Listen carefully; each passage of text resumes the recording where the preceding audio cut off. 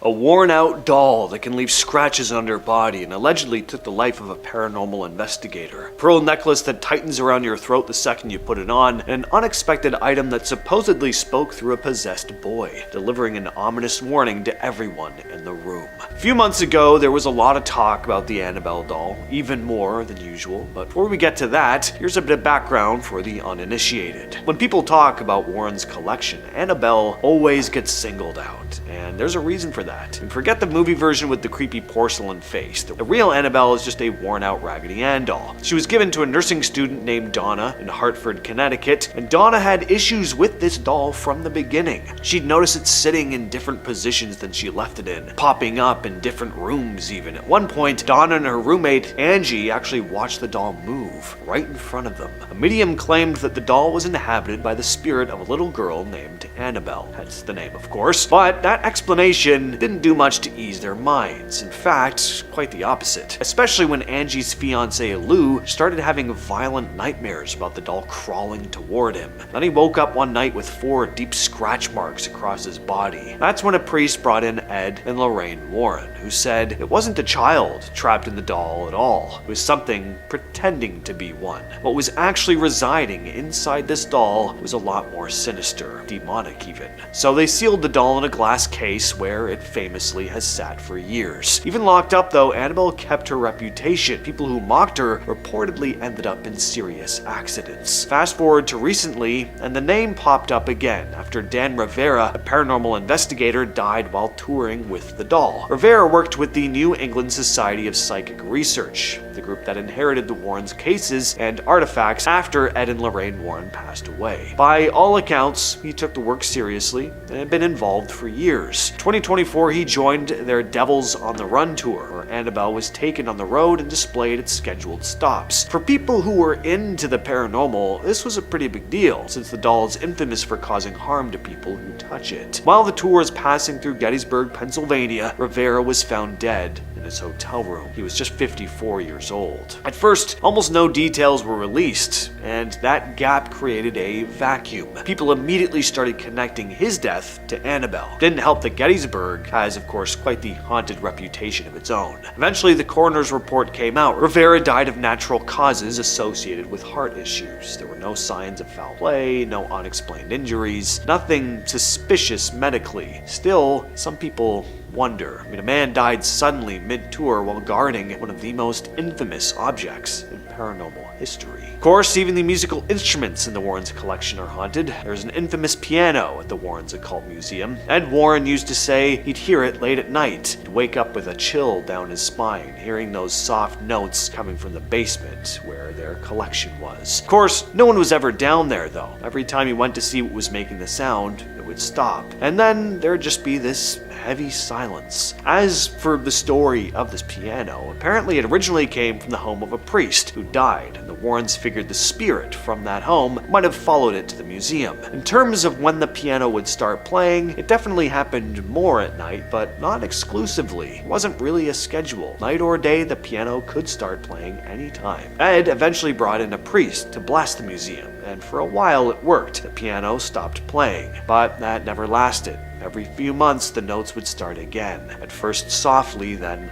louder, until another blessing had to be done. And next up, we have the music box. One of the Warrens' most famous cases is the Perron family haunting, the story that inspired the first Conjuring movie. And if you're familiar with the movie, you probably know about this music box, because the Warrens actually brought the real one back to their museum, and it has a creepy history of its own. In January 1971, the Perrons, Carolyn and Roger, along with their 5 daughters, moved into a huge farmhouse in Rhode Island. From the start, things were off about the place. It started small. Carolyn would notice her broom missing. Sometimes she'd find it in places she'd never have left it on her own, like the bathroom. There'd also be scraping noises in the kitchen when no one was there, and small piles of dirt would show up on freshly cleaned floors. And things only got worse. The house would also fill with this awful smell, almost like rotten rotting flesh. Roger said going into the basement gave him this deep, unsettling feeling. And the worst part was that the girls started waking up screaming that their beds were being lifted off the floor. They also started seeing figures around the home. Some seemed okay, as okay as ghostly entities can be anyway, but others had this especially dark,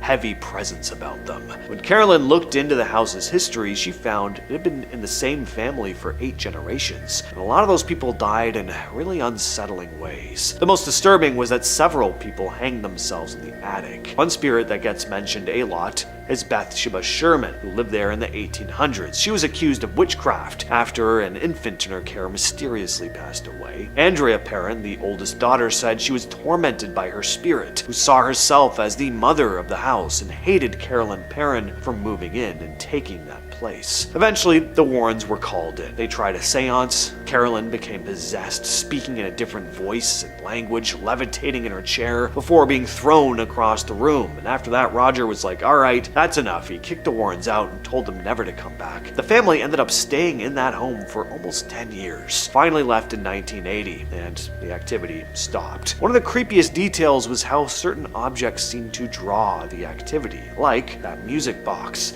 Sometimes it would start playing on its own. Warrens took a bunch of items back to their museum, including the music box, which according to them would still occasionally play by itself. There is a piece of jewelry in the Warrens' collection with a serious reputation too. You'd think a simple pearl necklace would be harmless, but the pearls of death proved otherwise. According to the Warrens, the moment a woman put it on, she suddenly clutched at her throat, as if the pearls themselves were constricting her. Breathing became nearly impossible. All the color drained from her face, but as soon as the necklace was ripped off, she was fine. According to the Warrens, this wasn't just a freak coincidence. This was the result of some kind of deliberate curse. On their museum tours, they'd talk about how objects like this can be used as vessels for dark energy. Just like a priest can bless a cross or statue to channel positive power, someone can perform rituals to embed negative energy into an item. The pearls of death were one of those objects, designed to harm anyone who touched them. So the Warrens kept it in their collection, locked safely away. Tony Spera, the Warrens' son-in-law, often said that handling the pearls, though, even briefly, would bring this overwhelming sense of dread. And the last object on the list is something completely unexpected, but before we get to it, we'll start with a little story. In Brookfield, Connecticut in 1981, a series of events happened that would lead to one of the strangest court cases in history. Debbie Gladsell's 11-year-old brother, David, started seeing an old man in the house that they just moved into, a figure threatening their family if they stayed. Now, at first, everyone assumed it was just a kid's imagination, but it didn't take long to realize something far worse was going on. David started having violent nightmares, waking up with scratches and bruises,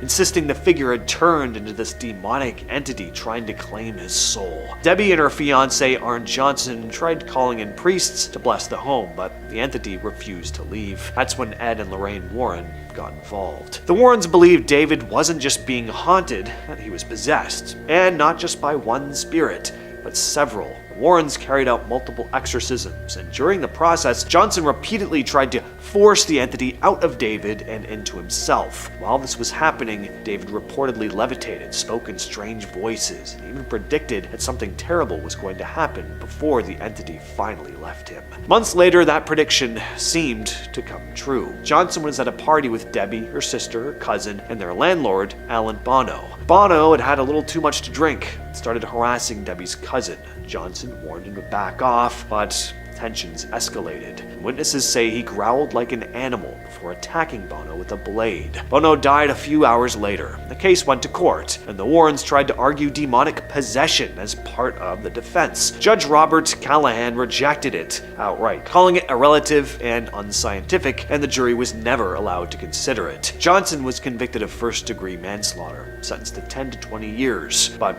he only served about 5. The trial became infamous as the Demon Trial. Lorraine Warren insisted that David had truly been possessed, supported by 6 priests who'd worked on the case. Today, Debbie and Johnson, now married, continue to back the Warrens' account. But what item did the Warrens have in their collection tied to this case? You'd never guess it. A toy dinosaur. One of the entities that had supposedly possessed young David used the toy to speak its threats, including chilling words like, "You're all going to die." Now that's a version of Toy Story I'd like to see. Starting off this countdown, we have Mary Todd Lincoln's dress. This beautiful dress was once owned by Mary Todd Lincoln, Abraham Lincoln's wife. It's a beautiful purple velvet dress with satin and lace detailing. She wore this dress during the Washington winter social season in 1861 to 62. But here's the thing. After her husband's death, Mary went into mourning for a long period of time. In fact, she stayed in widow's clothes up until her own death in 1882. So she had no use for this dress anymore. So she gave this dress and some of her other items to her family members. This dress was given to her cousin Elizabeth Todd Grimsley. In 1916, Grimsley's son sold the dress to the Smithsonian's First Ladies collection.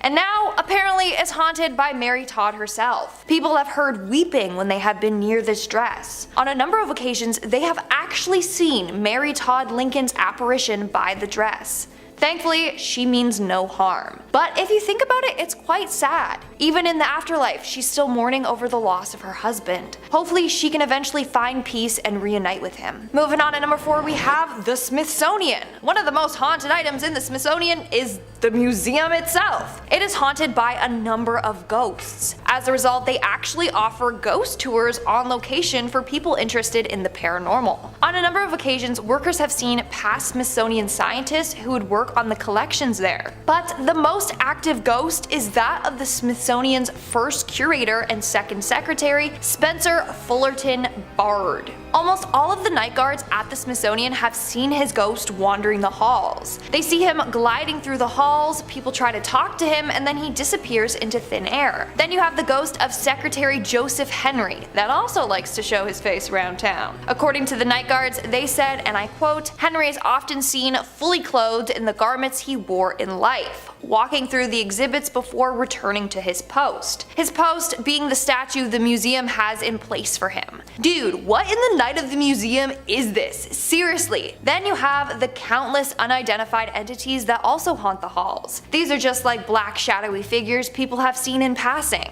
At least it seems like these ghosts mean no harm. Like, sure, it's kinda spooky, but at least they aren't malicious. Also, hit that thumbs up button if you want to see me go ghost hunting at the Smithsonian. I'm down. I'm down.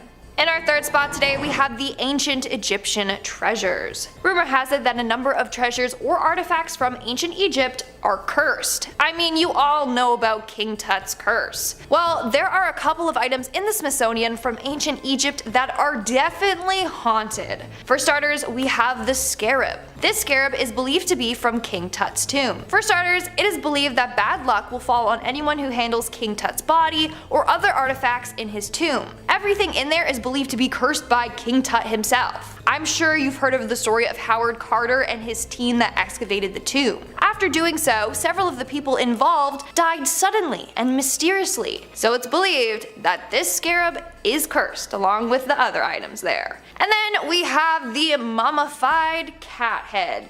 Yeah, you heard me. Now this one actually isn't from King Tut's tomb, but a woman named Mab B. Nylon donated a cat's head. Yeah, just the head. Who knows where the body is? Hey, maybe she kept it for herself and it's on display in her house. I'm not gonna judge. Anyways, this creepy thing is a preserved mummified cat's head wrapped in linen. Inside contains a real cat skull. Well, according to a number of workers, they have seen a ghostly cat apparition move around this display. This damn ghost cat is probably out looking for the rest of its body. This cat has also been seen wandering the halls and in several other exhibits as well. Moving on at number 2, we have the Black Aggie. This all started back in the 1800s when a woman named Marianne Hooper Adams, known by her friends as Clover, sunk into a terrible depression. As a result, she drank some of her photography developing chemicals and took her own life. After her death, her husband commissioned a sculptor to make a memorial statue of her. It was named the Adams Memorial, and later Black Aggie. But because of how it looked, people called it Grief, and that's when this creepy legend surrounding it was born. Legend goes that if you stare into her eyes long enough, they'll open up and start glowing red. Those that see her eyes will either be killed by her or she will cause you to go blind. Not only that, if you sit on the statue's lap at midnight, then you will die within 2 weeks. It's also said that pregnant ladies should never go near her. If they do, she will cause them to miscarry.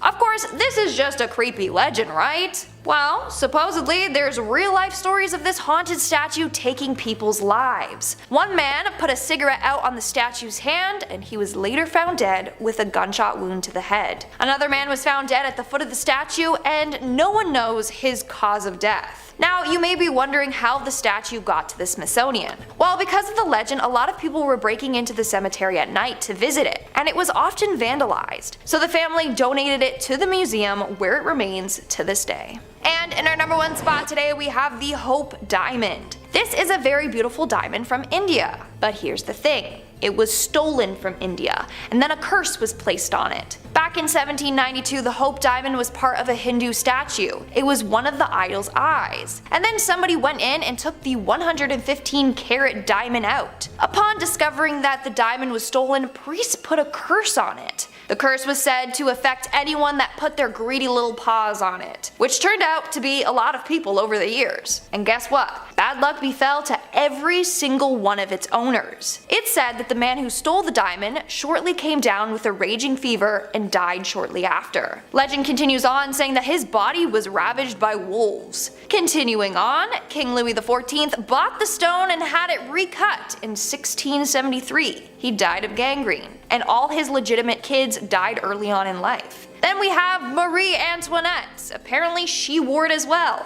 And we all know how bad things ended for her. Another story involved an heiress named Evelyn Walsh McLean. She bought the Hope Diamond and everyone around her started to die mysteriously. First it was her mother-in-law, then her son, then her husband left her and later died in a mental hospital, and then her daughter. She later sold the diamond to get rid of this curse. That's not even half the people affected by this diamond, like the list goes on and on. Now the haunted diamond is on display at the Smithsonian. Hopefully no one will ever try to steal it because we don't need to relive its curse over again. Number 5. The John Zaffis Museum. For someone like John Zaffis, opening a haunted museum was always in the cards. It was practically destiny. Few people can claim to come from a legacy of haunted museums, but Zaffis can, since he's the nephew of Ed and Lorraine Warren, America's most famous and oftentimes controversial demonologists. Growing up with a large fondness for his aunt and uncle's work, Zaffis developed a love of the paranormal from an early age and saw fit to try and carry on his relatives' work after their passing, opening his own collection of haunted relics the same way that the Warrens did. And what a collection of weird relics Zaffis has picked up. I'll shout out a couple of the cooler ones. The highlight for me has got to be this sword that was used to conjure black magic, and the sword is in like all of the promotional imagery, so it's gotta be pretty good. Check out this photo of Zaffis where he looks like a dark wizard who's also a fantasy author. Among the blade are things like a cast iron skull that was used in occult rituals, plenty of haunted dolls and idols, an ornate elk skull thought to be used in something evil, and loads more. Zaffis does point out on the website in the frequently asked questions section not to worry too much about being exposed to this stuff, as everything that's brought into the collection is blessed before taking residence. Although they do make a small warning on the website that there is a teeny tiny small chance that any residual evil might attach to you in the museum. So I don't know, make sure to wash your hands with hand sanitizer or holy water on the way out. I can't not include this, by the way, but the website also states that if Zaffis believes personally that any of the items in the museum have become too evil or too haunted to remain safe for public display, he throws it into an unspecified body of water. So if you're looking to start a collection of slightly used haunted relics on the cheap, I'd just check out the surrounding bodies of water to the museum. Now unfortunately, John Zaffis' museum is currently closed. Hey, this list was about ones that had to be abandoned, right? Can't come as too much of a surprise. But for those who are hoping to get a good up-close personal look at these cursed relics, Zaffis says he's been searching for a new location for the collection. Hopefully somewhere with some good ventilation, you know, really let all that evil air flow. And hey, if you're looking for more videos about haunted museums, haunted objects, haunted dolls, haunted everything really, we've got all more of that in spades. So stay subscribed to Top 5 Scary, keep the screams coming all night long. Let's keep going. Number 4. The Museum of Medieval Torture Instruments. Pack up the whole family and make sure to stop by at the gift shop for the Museum of Medieval Torture Instruments. Don't worry, there's something for everybody here to enjoy. Make sure you take home the miniature guillotine. One quick look at their website is particularly illuminating. Our main product is emotion. boldly proclaimed as their slogan. Yeah, well, agonizing pain is definitely an emotion, so I can't disagree there. The Museum of Medieval Torture Instruments really is exactly what it says on the tin. It's a massive collection of real historical relics and replicas serving to highlight some of the most disgustingly creative works of engineering ever invented. The kind of stuff that would make Jigsaw and his funny little puppet blush with anticipation. The museum's goal is to remind us just how truly unimaginably cruel human beings are capable of being to each other, and the lengths to which we will go to attain such horrid ambitions. The phrase, "those who don't learn from history are doomed to repeat it," comes up a whole lot on the museum's frequently asked questions page on the website, which is good. So come, learn a bit from such classics like the rack or the brazen bull, so you don't accidentally end up repeating those. I don't think I can even possibly describe what either of those horrifying things do without getting this channel permanently flagged. So if you're curious, maybe take the worst Google trip of your life, or go up and visit the Museum of Medieval Torture Instruments. They've got locations all over the states for your pleasure, and there's even one in Europe, but I'm pretty sure that's a different one. The one I'm talking about right now is the American one. The one in Chicago even offers a ghost hunting tour, as some guests believe there are residual spirits tied to some of the more grisly equipment kept in the dungeons. Guests are invited to spend the night on their own accord, or with the safety of a tour guide, to try and uncover any of the spirits that are said to be still living there, including an old executioner named Thomas, who loves his work so much he just never left. Sheesh. Nearly 1,000 years and he still doesn't take a day off. Some people just love to have their nose to the grindstone, or to forcefully shove someone else's face into the grindstone, to each their own. Number 3, the Penang War Museum. I think it's a very good sign that your museum is a friendly, welcoming place. If you Google it and the first results are an article called "The Horrors on Ghost Hill" and a listing for an IMDb episode for a series called "I Wouldn't Go There" featuring your museum, it's either really hurting or really helping the tourism there. Well, if those warning signs weren't enough to deter you, enter the Penang War Museum, my little ghouls and goblins. It's been described as one of the most haunted spots in Asia, flat out. The Penang Museum is built atop the grave of an old army fort built by the British in the 1930s, but was taken control by the Japanese in the late 30s in World War II, and used to house prisoners for as long as the prisoners lived, which was usually not very long, if the site of the guillotine is anything to go by. After the end of the Second World War, the place had become totally abandoned, until it was retrofitted to become a museum, and serve as a reminder of the grim reality of war and its costs. The whole place kind of has this eerie, abandoned ghost town vibe as you walk through tunnels and old bunkers, serving to try and replicate what it would be like to actually work and spend time in a place like this while it was functioning. Given the very grim nature of the content and the site itself, which was home to so much bloodshed, death, hatred, and all the worst parts of our souls, it's no surprise that the museum has an infamous reputation as a spot for paranormal activity. Guests have reported seeing strange sightings, unusual shadows, and feeling chills as they walk through the bunkers. But all of this begs the question, would ghosts even be scarier than the actual truth of this place? Now, I've never been, but from what I was looking at and gathering for this, it seems to me like the true horror of the Penang Museum is that it's a reflection of some of the worst parts of the human experience. A reminder of what happens during wartime and what people do to one another. This place doesn't need stories of spirits. It's haunted enough as is by the memories that will forever be tied to it. Number 2, the Mutter Museum. Mutter is the German word for mother. That's your fact for today, so you can tell your Mutter that you learned something from this video. Well, this isn't a museum for moms or about moms, although they're more than welcome to come. The Mutter Museum in Philadelphia isn't quite like the other museums on this list. It's not particularly known for being paranormal or haunted, but rather it's a collection of medical oddities and curios all arranged behind cabinets in a very clean, professional manner. It's not known for vengeful spirits or anything walking the halls, but rather just home to an incredible amount of very creepy things in jars. Every picture of the place looks like something out of a mad scientist's lab, a background of a B horror movie set, that one weird place in that one Harry Potter movie, maybe I'm remembering that wrong. Amputated limbs float in jars next to organs, fetuses from all sorts of animals you can imagine, and more bones than you could possibly shake a femur at. They got skulls of all kinds. They got skulls for days. They got an entire wall dedicated solely to the skulls of criminals, and all sorts of broken skulls in disarray, eaten by tumors or other lovely diseases. If you're looking for skulls, they have got skulls. They've got a collection of famous remnants, Albert Einstein's brain, if you want to see if some of that rubs off on you, Grover Cleveland's famous tumor. Well, we all love Grover Cleveland's tumor. Pack the whole car up. Let's go see that. You know,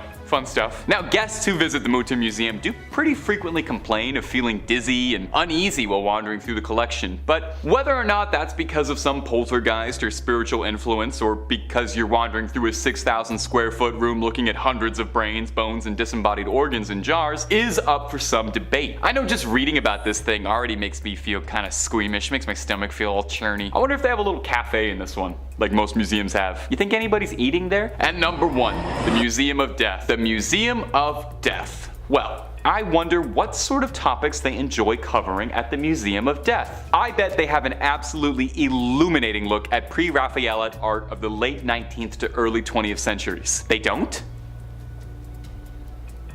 What? No, at the Museum of Death, opened in Hollywood in 1995, which was opened by a married couple with the intention to make people happy to be alive. Whew. How do they accomplish this? Do they show you pictures of whiskers on kittens and raindrops on roses? No, of course not. It's a collection of everything to do with death. Bones, skulls, coffins, ancient mortician's tools, executioner's equipment, and a whole lot more. Amusingly, the owners have said their goal is not to scare anyone with this museum. That's not what their museum is about. Now sure, they play videos of autopsies, and they have footage and imagery from incredibly grisly and stomach-churning real-life true crime cases, like artifacts from Charles Manson's family, or some of Jeffrey Dahmer's personal effects, but they don't want to scare you. The museum is there to show death in its brutal, unedited honesty. The owners themselves describe it as a commemoration of life. And I gotta be honest, I'm making it sound worse than it is, but it definitely does sound interesting. And the grimmest parts of me are definitely more than a little curious to check it out in that morbid sort of way, because it sounds cool. Probably a great date spot to take a goth girl, I bet. The museum does kind of embrace its sort of twisted reputation and really runs with it. It hosts Black Dahlia costume contests where guests are judged on who's got the best post-mortem Black Dahlia costume, which is something. It's not thought to be as haunted as some of the other places on this list, but it does really bring out some visceral reactions in people. Apparently, it's not too uncommon for guests to demand to leave early or to outright faint while walking through the museum. The owners refer to these cases as falling down ovations, which is a very funny turn of a phrase. Now, sadly, if you're listening to all of this and you're already pre-buying tickets for your next trip to LA, sadly, the museum is currently closed down. They are reopening though. They've also got a museum in New Orleans, since their collection of macabre knickknacks is so large it couldn't be contained to just one spot. When it reopens, I recommend you get out as soon as you can. It's a once-in-a-lifetime experience. Number 5 on this list is the British Museum. The British Museum has a super haunted item in it that is said to be somewhat responsible for the death of hundreds of individuals. The unlucky mummy. Museum Crush says not actually a mummy, but the mummy board or coffin lid of an unknown high status woman from the 21st or 22nd dynasty. The British Museum's unlucky mummy has earned quite the reputation for causing destruction through its ancient curse. The mysterious mummy was found at Thebes in the late 1800s, and tales of its curse start soon after that. It's said that of the 4 young Englishmen who bought it, 2 died in shooting incidents and 2 died in poverty. A string of illnesses, accidents, and deaths following this are said to be attributed to the mummy. One of the most astonishing rumors surrounding the mummy's curse is that it caused the sinking of the Titanic with the loss of more than 1,500 lives. One of the victims on the Titanic was journalist William Thomas Stead, who was one of the first to pen articles about the mummy's curse. Survivors from the disaster recall Stead telling stories of the ominous artifact over dinner, and as the mummy's sinister reputation grew, people even began to believe that its presence on board caused the disaster. Now, I will say this, there was no actual record of the mummy being on the Titanic. I mean, think about it. If it was, then how could it be in the museum right now? It would be at the bottom of the ocean. So we know that it was never actually there, but that didn't stop it from cursing the boat all the same.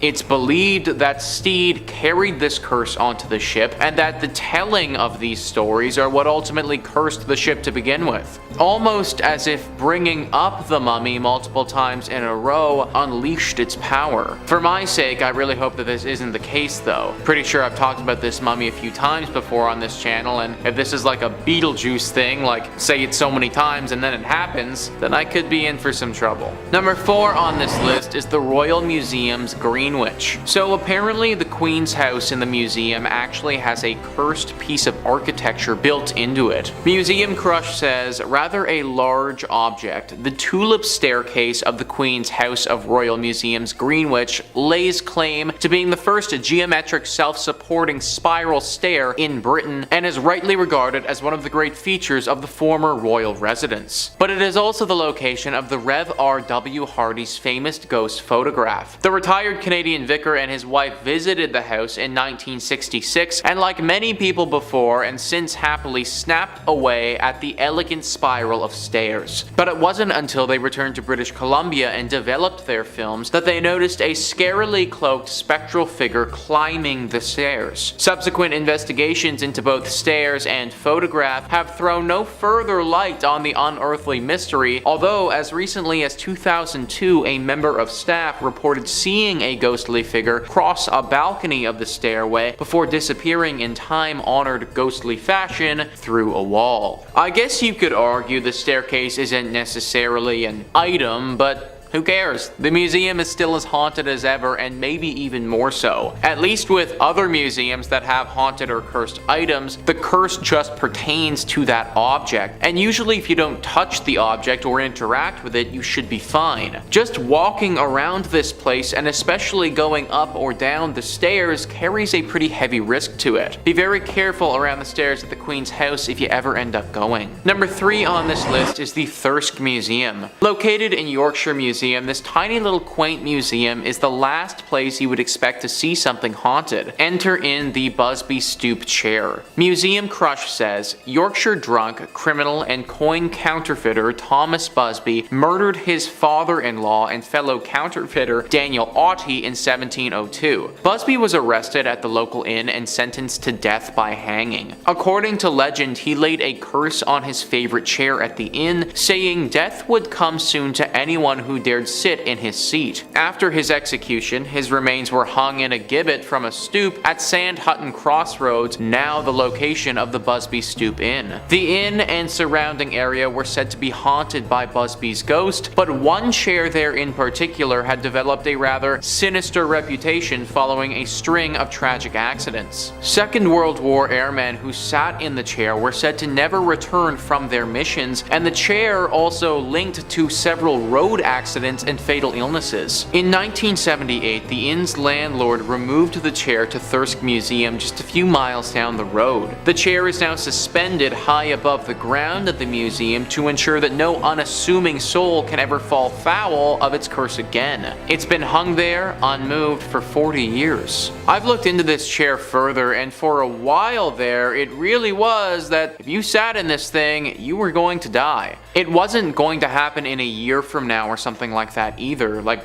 we're talking about pretty imminent death here. Number 2 on this list is the Natural History Museum. The Natural History Museum is one of the most complete museums in the world, and being so complete, it obviously has to include a cursed item. Museum Crush says this apparently cursed gem was owned by 19th century polymath Edward Heron Allen. So powerful was its curse that he eventually decided to have it stored away in a bank vault inside 7 locked boxes with a note of warning to anyone who dare handle it. Heron Allen also left strict instruction not to remove the amethyst until 33 years after his death. The curious story surrounding the stone says that it was stolen from the temple of the god Indra during the Indian Mutiny by Colonel W. Ferris, an officer of the Bengal Cavalry. After Ferris's health deteriorated and he died, the cursed amethyst was passed on to his son, who suffered a similar bout of bad luck and eventually gave it to Heron Allen. After facing a string of health and financial misfortunes, Heron Allen made several attempts to get rid of the stone, but they all proved unsuccessful each time it returned to him. Less than a year after his death, Heron Allen's daughter donated the amethyst to the Natural History Museum, where it is on display in the vault. And finally, number 1 on this list is Zack Bagans' Haunted Museum. The number 1 voted haunted place in America has got to make this list, considering considering it's full of cursed objects. There isn't just one object here that's cursed, there are tons. In fact, we would need our own separate video dedicated solely to this place to even begin to break down all the scary stuff that's in this museum. Just listen to this small excerpt from the website. Among the hundreds of terrifying possessions, museum goers can even peek inside the VW death van in which Dr. Jack Kevorkian ended the suffering of terminally ill patients, as well as get a close-up look at the propofol chair from Michael Jackson's death room. Perhaps most unsettling is the original staircase from the Indiana Demon House, notorious for its powerful paranormal activity before being demolished in 2014. The wooden banister and creaky steps from the house now stand in a dimly lit corner, resting on a blanket of dirt from the location. Following its installation, a group of construction workers walked off the job and refused to come back. These are just a couple of the so-called attractions that this place has to offer. If you go to this museum, then there is a very good chance you will end up walking out with a curse attached to you. That much paranormal energy all lumped into one place, it just spells out something haunted. Be very careful if you ever intend to go here. The Beardmore relics, the artifacts that destroyed careers and were pulled off display for decades. If a Viking sword could ruin a man's life, ignite an international scandal, and vanish from museum displays for more than 30 years, it would be the Beardmore relics. And the craziest part, the Royal Ontario Museum actually displayed them until everything connected to them turned toxic. Literally, some staff swore the items brought nothing but misfortune into the building. In 1936, a Canadian prospector named James Dodd walked into the ROM claiming he had discovered a cache of Viking artifacts, a sword, an axe head, a spear, and fragments of chainmail, now in the remote wilderness near Beardmore, Ontario. If true, this would radically rewrite North American history. It would mean Vikings explored deep into Canada, far beyond Newfoundland, centuries before Columbus. The museum actually bought the story instantly. They didn't just display the relics, they celebrated them. They were proof, tangible, dramatic proof of Norse,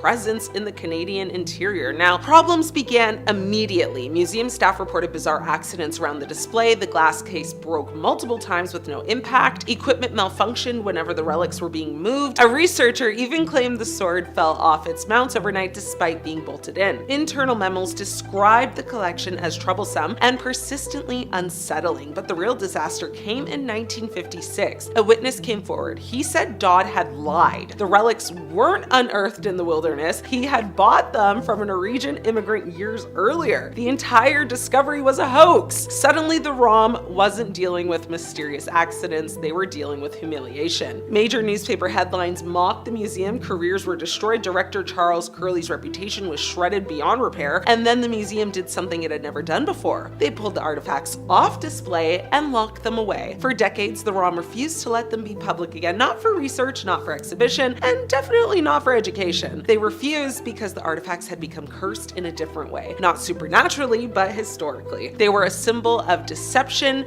controversy, embarrassment, and institutional failure. Even today, the Beardmore relics exist, but you won't find them proudly displayed in the museum. They are a cautionary tale museums don't like to talk about and often quietly keep out of sight. The Kensington runestone, the artifact experts call too dangerous to display as fact. Imagine finding a 200-pound stone covered in mysterious Viking runes in the middle of American farmland, and then watching the academic world implode over whether it's real. Then imagine museums refusing to display it as genuine because doing so would ignite chaos in the historical community. That's the nightmare surrounding the Kensington runestone. In 1898, a Swedish immigrant farmer named Olof Oman uncovered a large stone slab tangled in the roots of a poplar tree in Minnesota. Carved into the surface was a chilling message written in Norse runes, a message describing a deadly Viking expedition in 1362 where 10 men were unalived. Now, if authentic, this would rewrite the known history of Viking exploration in North America. But almost immediately, scholars accused the stone of being a hoax. Linguists argued, the ruins were too modern. Historians insisted, the described events made no sense. Archaeologists said it was impossible, yet the stone refused to go away. Every time it resurfaced in a museum, the same thing happened. Audiences flocked to see it, and outraged academics publicly attacked the institution. The Smithsonian famously refused to display it. University museums rejected requests to show it. Even Scandinavian heritage organizations distanced themselves. Why? Well, because if a museum even implied the stone was real, they would be accused of promoting pseudoscience and rewriting history for tourism dollars. So here's the twist. In the last 20 years, several linguists and geologists have actually supported parts of its authenticity, including geological weathering on the rune cuts that seems older than any known hoax's lifetime, basically. The debate is so explosive that most major museums refuse to touch it, not because the stone is cursed, but because the conversation around it is. It destroys reputations, it splits communities, it causes bitter academic feuds that get so intense curators avoid it entirely. Today, the Kensington runestone sits in a small regional museum, the only place willing to handle the political fallout, but major museums, they refuse to display it to this day. The Maine penny, the artifact that Smithsonians won't display because it shouldn't exist. If there's one Viking artifact American museums treat like radioactive waste, it's the Maine penny, a real 11th century Norse silver coin found in the United States in a place Vikings were never supposed to be. The coin was discovered in 1957 by a volunteer digger at an archaeological site in Maine known as the Goddard Site. At first, no one realized what it was, but when experts examined it, they were stunned. It was a genuine Norwegian coin minted between 1065 and 1093. That meant only one thing. Vikings had traveled all the way to coastal Maine, but instead of celebrating what should have been one of the most groundbreaking archaeological discoveries in North American history, museums panicked. The Smithsonian, which owns the coin, has consistently refused to display it prominently.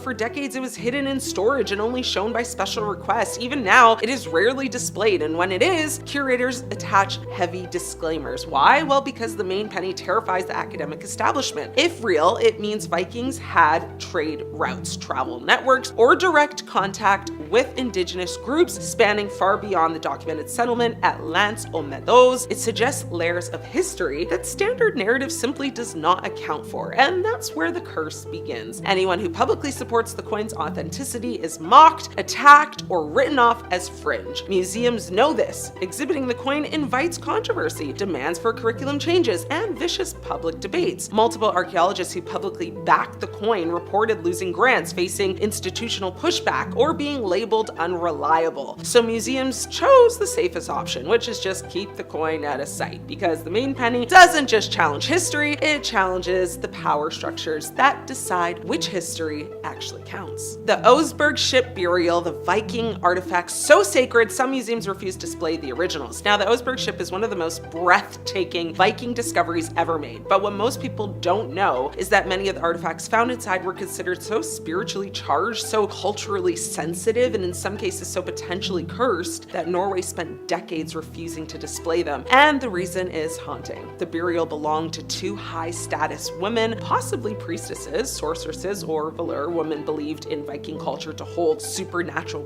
powers. Now, when archaeologists opened the burial mound in 1904, they found carved wagon pieces, beautifully decorated sleds, animal remains, preserved textiles, and a serpent-headed carving that terrified some workers. One worker said the serpent head had an expression like it was watching us. Others reported getting sick after handling certain, carved wooden objects. One artifact, a carved animal head, was placed into storage after multiple conservators said they felt dread after touching it. But the biggest problem was spiritual, not paranormal. In Norse culture, burial items belonging to high priestesses were believed to contain spiritual energy, especially objects used in ritual magic. Now, these items weren't meant to be touched, let alone displayed. By the mid-20th century, Norway's museums quietly adopted a rule. Many Oseberg artifacts would only be displayed as replicas. The originals were kept locked away because they were too fragile, they were too sacred, they were too spiritually charged. And conservators repeatedly reported accidents, chemical breakdowns, and just really strange deterioration that didn't affect, similar Viking artifacts. Even today, the most powerful items, especially the carved animal heads, are kept hidden except for extremely rare exhibitions. There's no official mention of a curse, but there doesn't have to be. When an entire category of objects is treated like touching them risks something you can't explain, that speaks for itself.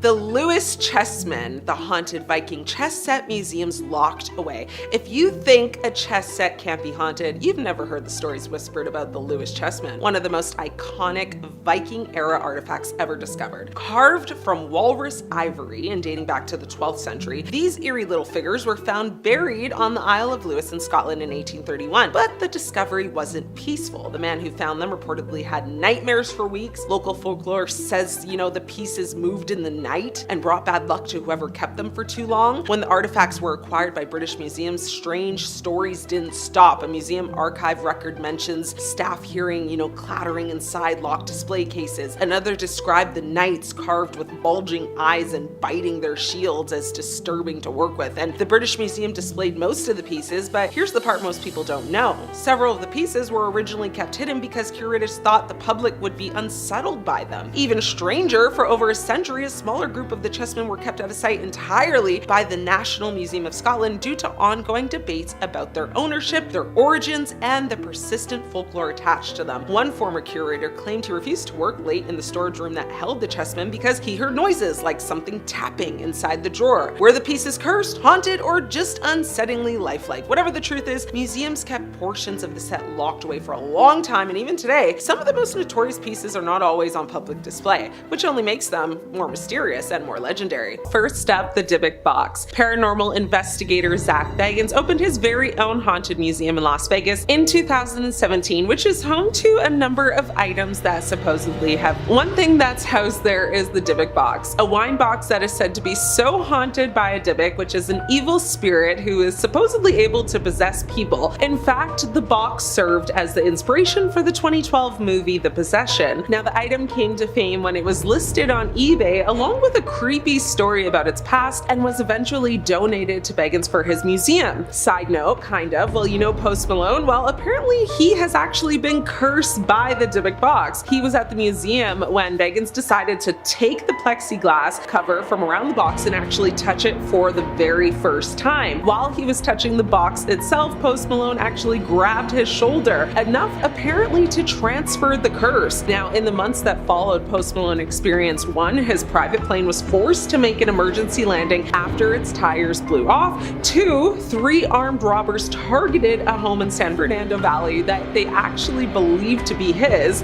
And 3, his Rolls Royce was involved in a serious car accident. Yep, that sounds like curse to me, but time will tell if more things happen. The cursed chair, also known as Thomas Busby's stoop chair. This simple wooden chair is said to have been cursed by accused slayer Thomas Busby. Now, Busby was executed by hanging in 1702 in North Yorkshire, but before he passed, he allegedly performed something sinister on the chair in question. Over the years, several passings have been attributed to people sitting in the chair and later passing in suspicious circumstances. It now remains at the Thirsk Museum, where it is displayed hanging from the ceiling, making it impossible for anyone, even museum staff, to actually sit on it. Next up, Great Bed of Ware. In around 1590, carpenter Jonas Fosbrook crafted a giant bed so large that it is said to be able to sleep 4 couples. The extra large bed now lives at the Victoria and Albert Museum, but over the years, rumors have swirled that the bed is cursed by Fosbrook's ghost. Now, he allegedly made the bed to be slept on by nobility, but eventually commoners began sleeping on it as it traveled from inn to inn. His spirit is said to attack any low-bred person who dares to rest their head on it. The Great Bed of Ware has been mentioned in several literary works, including Shakespeare's Twelfth Night and Byron's Don Juan. Now, the Great Bed of Ware now sits on display at the Victoria and Albert Museum in London. No one can sleep on it. The Unlucky Mummy. This is an ancient Egyptian artifact housed in the British Museum with a reputation for bringing misfortune and tragedy to those who come in contact with it. The mummy board, which is actually a wooden coffin lid adorned with vibrant paintings, was acquired in 1889. It was purchased by Thomas Douglas Murray, a wealthy collector in Cairo. Now, Murray's experience with the mummy were marred by a series of unfortunate events, including a firearm explosion that injured his arm and the unaliving of some of his close friends. Eventually, the museum sold the unlucky mummy to a private collector who tried to have the mummy exorcised. When he could not arrange it, he sold it for a handsome price to an American archaeologist who dismissed the happenings as quirks of circumstance. Now, the new owner arranged for the unlucky mummy to be shipped to New York aboard a sparkling new White Star liner about to make its maiden voyage. On the night of April 14th, amid scenes of unprecedented horror, the Princess of Amun-Ra accompanied 1,500 passengers to their demise at the bottom of the Atlantic. Of course, the name of the ship was, dun dun dun, Titanic. So as you can imagine, many people believe the unlucky mummy is the reason the Titanic sank. Photographers who have captured the mummy have reported strange occurrences such as, equipment malfunctions, unexplained noises, phases. Sir Ernest Wallace Budge, the museum's keeper, attempted to mitigate the curse by moving the mummy to a different location, but the misfortunes just continued. The Catskills Crone, the traveling museum of the paranormal and occult, is home to many objects with dubious pasts, and one of the creepiest is known as the Catskills Crone. As the legend goes, a pair of hikers were trekking in the Catskills Mountains when they came across this statue, which has nails hammered into its eyes and a rope around its neck. They took it from the cave where it was found, bad idea by the way, and once they brought it home, they saw an apparition of a woman accompanied by a smell of pond water. The Annabelle doll. Paranormal investigators Ed and Lorraine Warren started their museum for items just like this one. Annabelle the doll served as inspiration for the Conjuring movies because of the creepy tale that accompanied her. Now in 1970, the doll was given as a gift to a student nurse named Donna, who noticed eerie things about it, like the doll leaving notes on paper that said "help me," moving positions at the kitchen table, and even attacking one of their friends. They eventually had a medium step in to give an opinion. Now the expert deemed it to be possessed, a viewpoint that the Warrens agreed upon when the doll eventually found its way to them. The expert had said that the doll was possessed by a little girl that had passed there named Annabelle Higgins, but the Warrens said no, that's not the case. The doll was actually possessed by a demon, summoned from the devil himself, and was there to use the doll as a vessel to manipulate and harm people. The doll has been locked up in their museum, thank goodness, but those who have experienced Annabelle, have been known to have experienced very traumatic events in their life, like car accidents, NDEs, and the doll is labeled as extremely dangerous. Well, good, keep that baby locked up then. The Dark Mirror, another object housed at the Traveling Museum of the Paranormal and Occult, is referred to as the Dark Mirror. The person who owned this mirror before giving it to the museum bought it at a psychic fair and said they saw terrible visions when looking at it. It is alleged that the mirror actually reflects the biggest fears of the viewer. People have reported seeing themselves age and disappear when they look into it. Some visitors to the museum have even reported seeing their own perished bodies when they gaze into the mirror. Yikes. The Koh-i-Noor diamond. Now, one of the world's largest cut diamonds is said to hold a centuries-long curse. The Koh-i-Noor diamond clocks in at over 105 carats and is part of the British crown jewels. The diamond once belonged to Ranjit Singh, who founded the Sikh Empire, but it was eventually taken by the East India Company and claimed by the British. The conflict that surrounded the possession of the jewel is said to put a curse on any man who wears it. Luckily, the last few wearers have been women, and they all seem to have remained uncursed.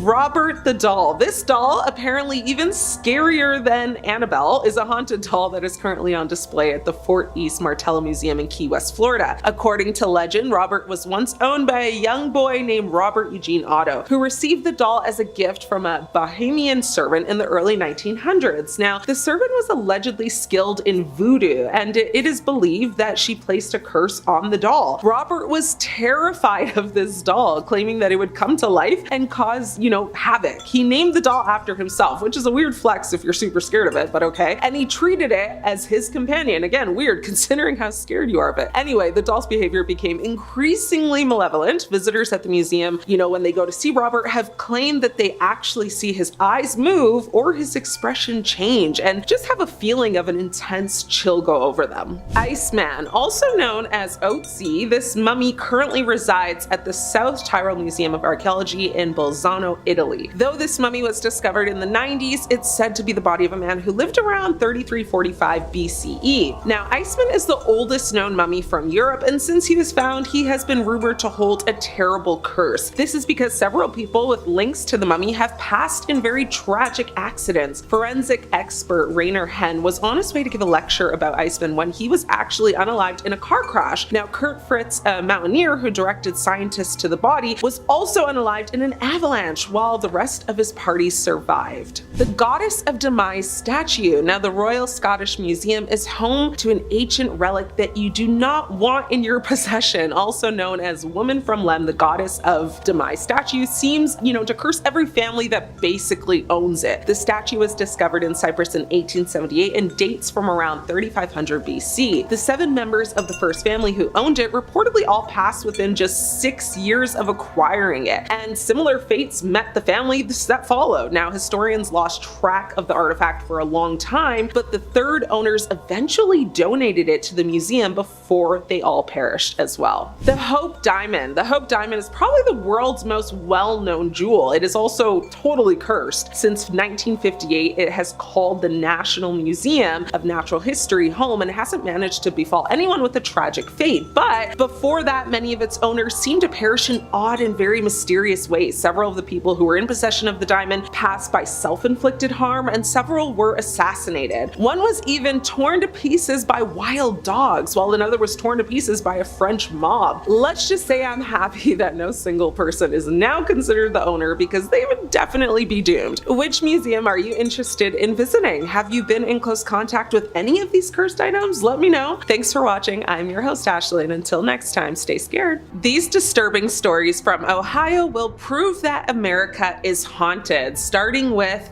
the Thurber House in Columbus, Ohio.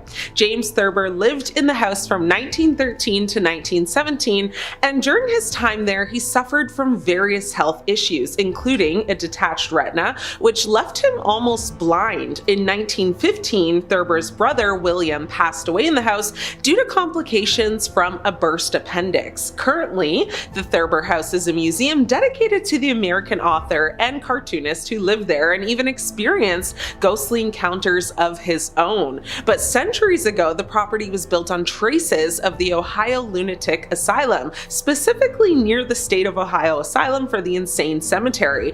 Now, in 1868, the Ohio Lunatic Asylum burned down and the land was divided into 3 residential parts, one of which later became the Thurber House. People who visit the house say they've seen books flying off the shelves and heard footsteps on the back staircase, as well as doors creaking and doors opening and closing on their own. Alrighty, what are we starting off with today? Oh, none other than the infamous Robert doll. Okay, maybe he isn't ancient compared to a lot of the other artifacts I'll be talking about today, but he makes up for it in the terrifying category. For starters, the doll only looks vaguely human. His nub of a nose looks like a pair of pinholes, and he's covered in like little brown marks, kinda like scars. His eyes are beady and black, and combined with his malevolent smirk, he's terrifying to look at. And that's coming from somebody who loves creepy dolls. Clasped in his lap, he's holding his own toy, a doll with disproportionately positioned eyes and a too big tongue falling out of its mouth. Now, this doll originally belonged to Robert Eugene Otto, an artist described as eccentric, which, most artists are, but I promise, I'll elaborate. Neighbors of Robert used to hear him having a conversation with the doll, and this continued into his adult years. Okay, that's not too weird. He brought it everywhere and talked about it in the first person as if it weren't a doll. That might sound kinda batty, but yeah, it's the best way to deal with cursed objects. Trust me, I'm talking from experience. The doll remained stored in the Otto family home until Robert died in 1974. Now, after his death, a couple bought the house, and their young daughter found the doll in the attic. The girl often claimed that the doll was trying to enter. Go figure. If it was hidden away, probably for a reason. The doll is now on display in a museum in Key West and is still believed to curse people. His last caretaker before the museum experienced him disappear and reappear as he pleased, along with hearing footsteps and giggling in the attic. Some claimed the doll's expression changed when anybody badmouthed his owner in his presence. He's also been responsible for, a couple of car crashes, some divorces, broken bones. Okay, good Robert, please. I don't need to be cursed. Let's move on, shall we? Next up, we have the Dybbuk box, or Dybbuk box. Depending on who you ask, the pronunciations are different all over the interwebs. Nevertheless, in Jewish folklore, this is an evil spirit. Supposedly, a Holocaust survivor accidentally summoned the demon while using a homemade Ouija board that managed to trap it inside the wine cabinet. Okie dokie, let's just unpack that for a second. Somebody summoned something evil with a Ouija board, sealed it in something else, and people keep trying to awaken it? Let sleeping demons lie, we're crying out loud. It's a new year. Let's just not bring anything crazy into it. Kevin Mannis bought the box at an estate sale in 2001 and immediately started having nightmares about an evil hag. Ditto for anybody who stayed with him. Now, he gave the box to his mother, who suffered a stroke on the same day. By the way, this story was the inspiration for the 2012 horror film, The Possession. Probably heard about it. The box's later owners have also claimed that, that creature appeared in their nightmares as well. The last owner was Jason Haxton, director of the Museum of Osteopathic Medicine, who not only had nightmares but developed a strange skin disease and began coughing up red fluids, if you get what I mean. Now, at that point, he contacted his local rabbis, sealed the creature back in the box, and gave the cabinet to Zack Bagans. You've probably heard of him? Ghost Adventures? Yeah, that went in his museum. By the way, most recently in 2018, Post Malone fans claimed his series of bad luck was caused by his contact with the cabinet. Look, don't look at me, I believe in omens. Let those things be, let them be. Alrighty, so that brings us to the midway point on today's list, James Dean's car. You know James Dean, right? I hope so. This man freaking loved his 1955 Porsche Spider, having had it extensively customized, and he affectionately called it, yeah, you guessed it, a little. Now apparently the car was so transparently evil that Sir Alec Guinness, when meeting Dean for lunch, claimed, if you get in that, you're gonna be found dead in it by this time next week. Now James Dean laughed it off. He was like, whatever. He went off to go prepare his car for the Salina sports car races, with his Porsche mechanic, Rolf Weatherich. Enlisting stuntman Bill Hickman to help out, their original plan was to tow, let's call it Little B, to the races, but Rolf felt it would be better to Dean to get used to the vehicle and run the engine in. I'm not the expert here. On that fateful Friday, Rolf sat next to Dean, while Hickman followed with his truck and trailer. Police pulled over the convoy and issued a pair of speeding tickets just outside Bakersfield, but that didn't slow anybody down. Please, this car was meant to go fast. Alright, so we're barreling down Route 466 at an estimated 85 miles per hour when a young student named Donald Turnipseed, driving a Ford two-door, decided to make a sudden turn onto Route 41. Now the impact sent the Ford almost 40 feet down the road and ejected Rolf from the Porsche. James Dean was pronounced dead on arrival at the Paso Robles War Memorial Hospital at 6:20 p.m.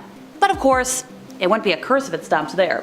When the mechanics tried to repair the wrecked car, it fell on one of them, crushing both his legs. Dr. William S. Ridge bought the Porsche from a salvage yard in Burbank and proceeded to strip it for parts. He installed the engine into his Lotus race car, then loaned the transmission and suspension parts to fellow doctor and racer Troy McHenry. Now our good doctor crashed the Lotus at the 1956 Pomona sports car races, surviving, but McHenry, not so lucky. He hit a tree in the same race. That was the end of him, and that's where the curse gains its strength. Two thieves who tried to take pieces of the car were both injured. Yep, the curse doesn't stop here. Shortly after those crashes, publicity monger and self-proclaimed King of Customs, George Barris, bought the Spider, promising to rebuild it. When the mangled frame was found to be beyond recovery, he chose to capitalize on the car's notoriety. The Porsche was loaned to the Los Angeles chapter of the National Safety Council, and from 1957 to 59, it went on a gruesome tour of car shows, movie theaters, and bowling alleys. In March of 1959, while in storage in Fresno, the car caught fire. No idea. Just poof. It suffered remarkably little damage, just 2 melted tires, some singed paint, and fortunately the fire didn't spread to the other vehicles in storage. Now meanwhile, Barris, yeah we all remember him, had sold a pair of tires from the 550 and both reportedly blew at the same time, causing the new owner to, skid off the road. Little B even managed to crush and kill a truck driver who was transporting it. The car has since disappeared into a museum archive, which is probably for the best.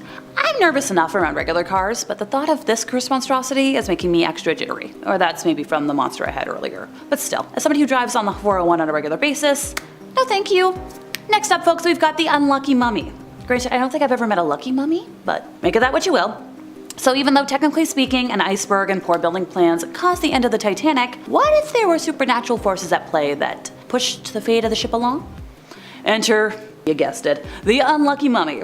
It was donated to the British Museum in July of 1889 by Mrs. Warwick Hunt of Holland Park, London, on behalf of Mr. Arthur F. Wheeler. It was displayed in the first Egyptian room of the museum from the 1890s and has remained on public view ever since, with the exception of periods during the First and Second World Wars, when it was removed from its case for safety. It has left the museum on a number of occasions when it formed part of a temporary exhibition held at 2 venues in Australia, and between February 4th to May 27th of 2007, along with a bunch of other pieces, the unlucky mummy was exhibited at Taiwan's National Palace Museum during a press conference. The mummy to which the article belonged is said to have been left in Egypt since it never formed part of the collections of the British Museum.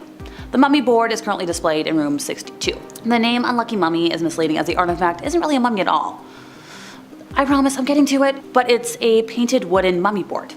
So it's kind of like the inner coffin lid. It was found at Thebes and can be dated by its shape and the style of its decoration to the late 21st or early 22nd dynasty. In the British Museum, it is known by its serial number EA22542. The beardless face and the position of the hands with the fingers extended show that it was made to cover the mummified body of a woman. Her identity isn't known due to the brief hieroglyphic inscriptions containing only short religious phrases and omitting mention of the name of the deceased.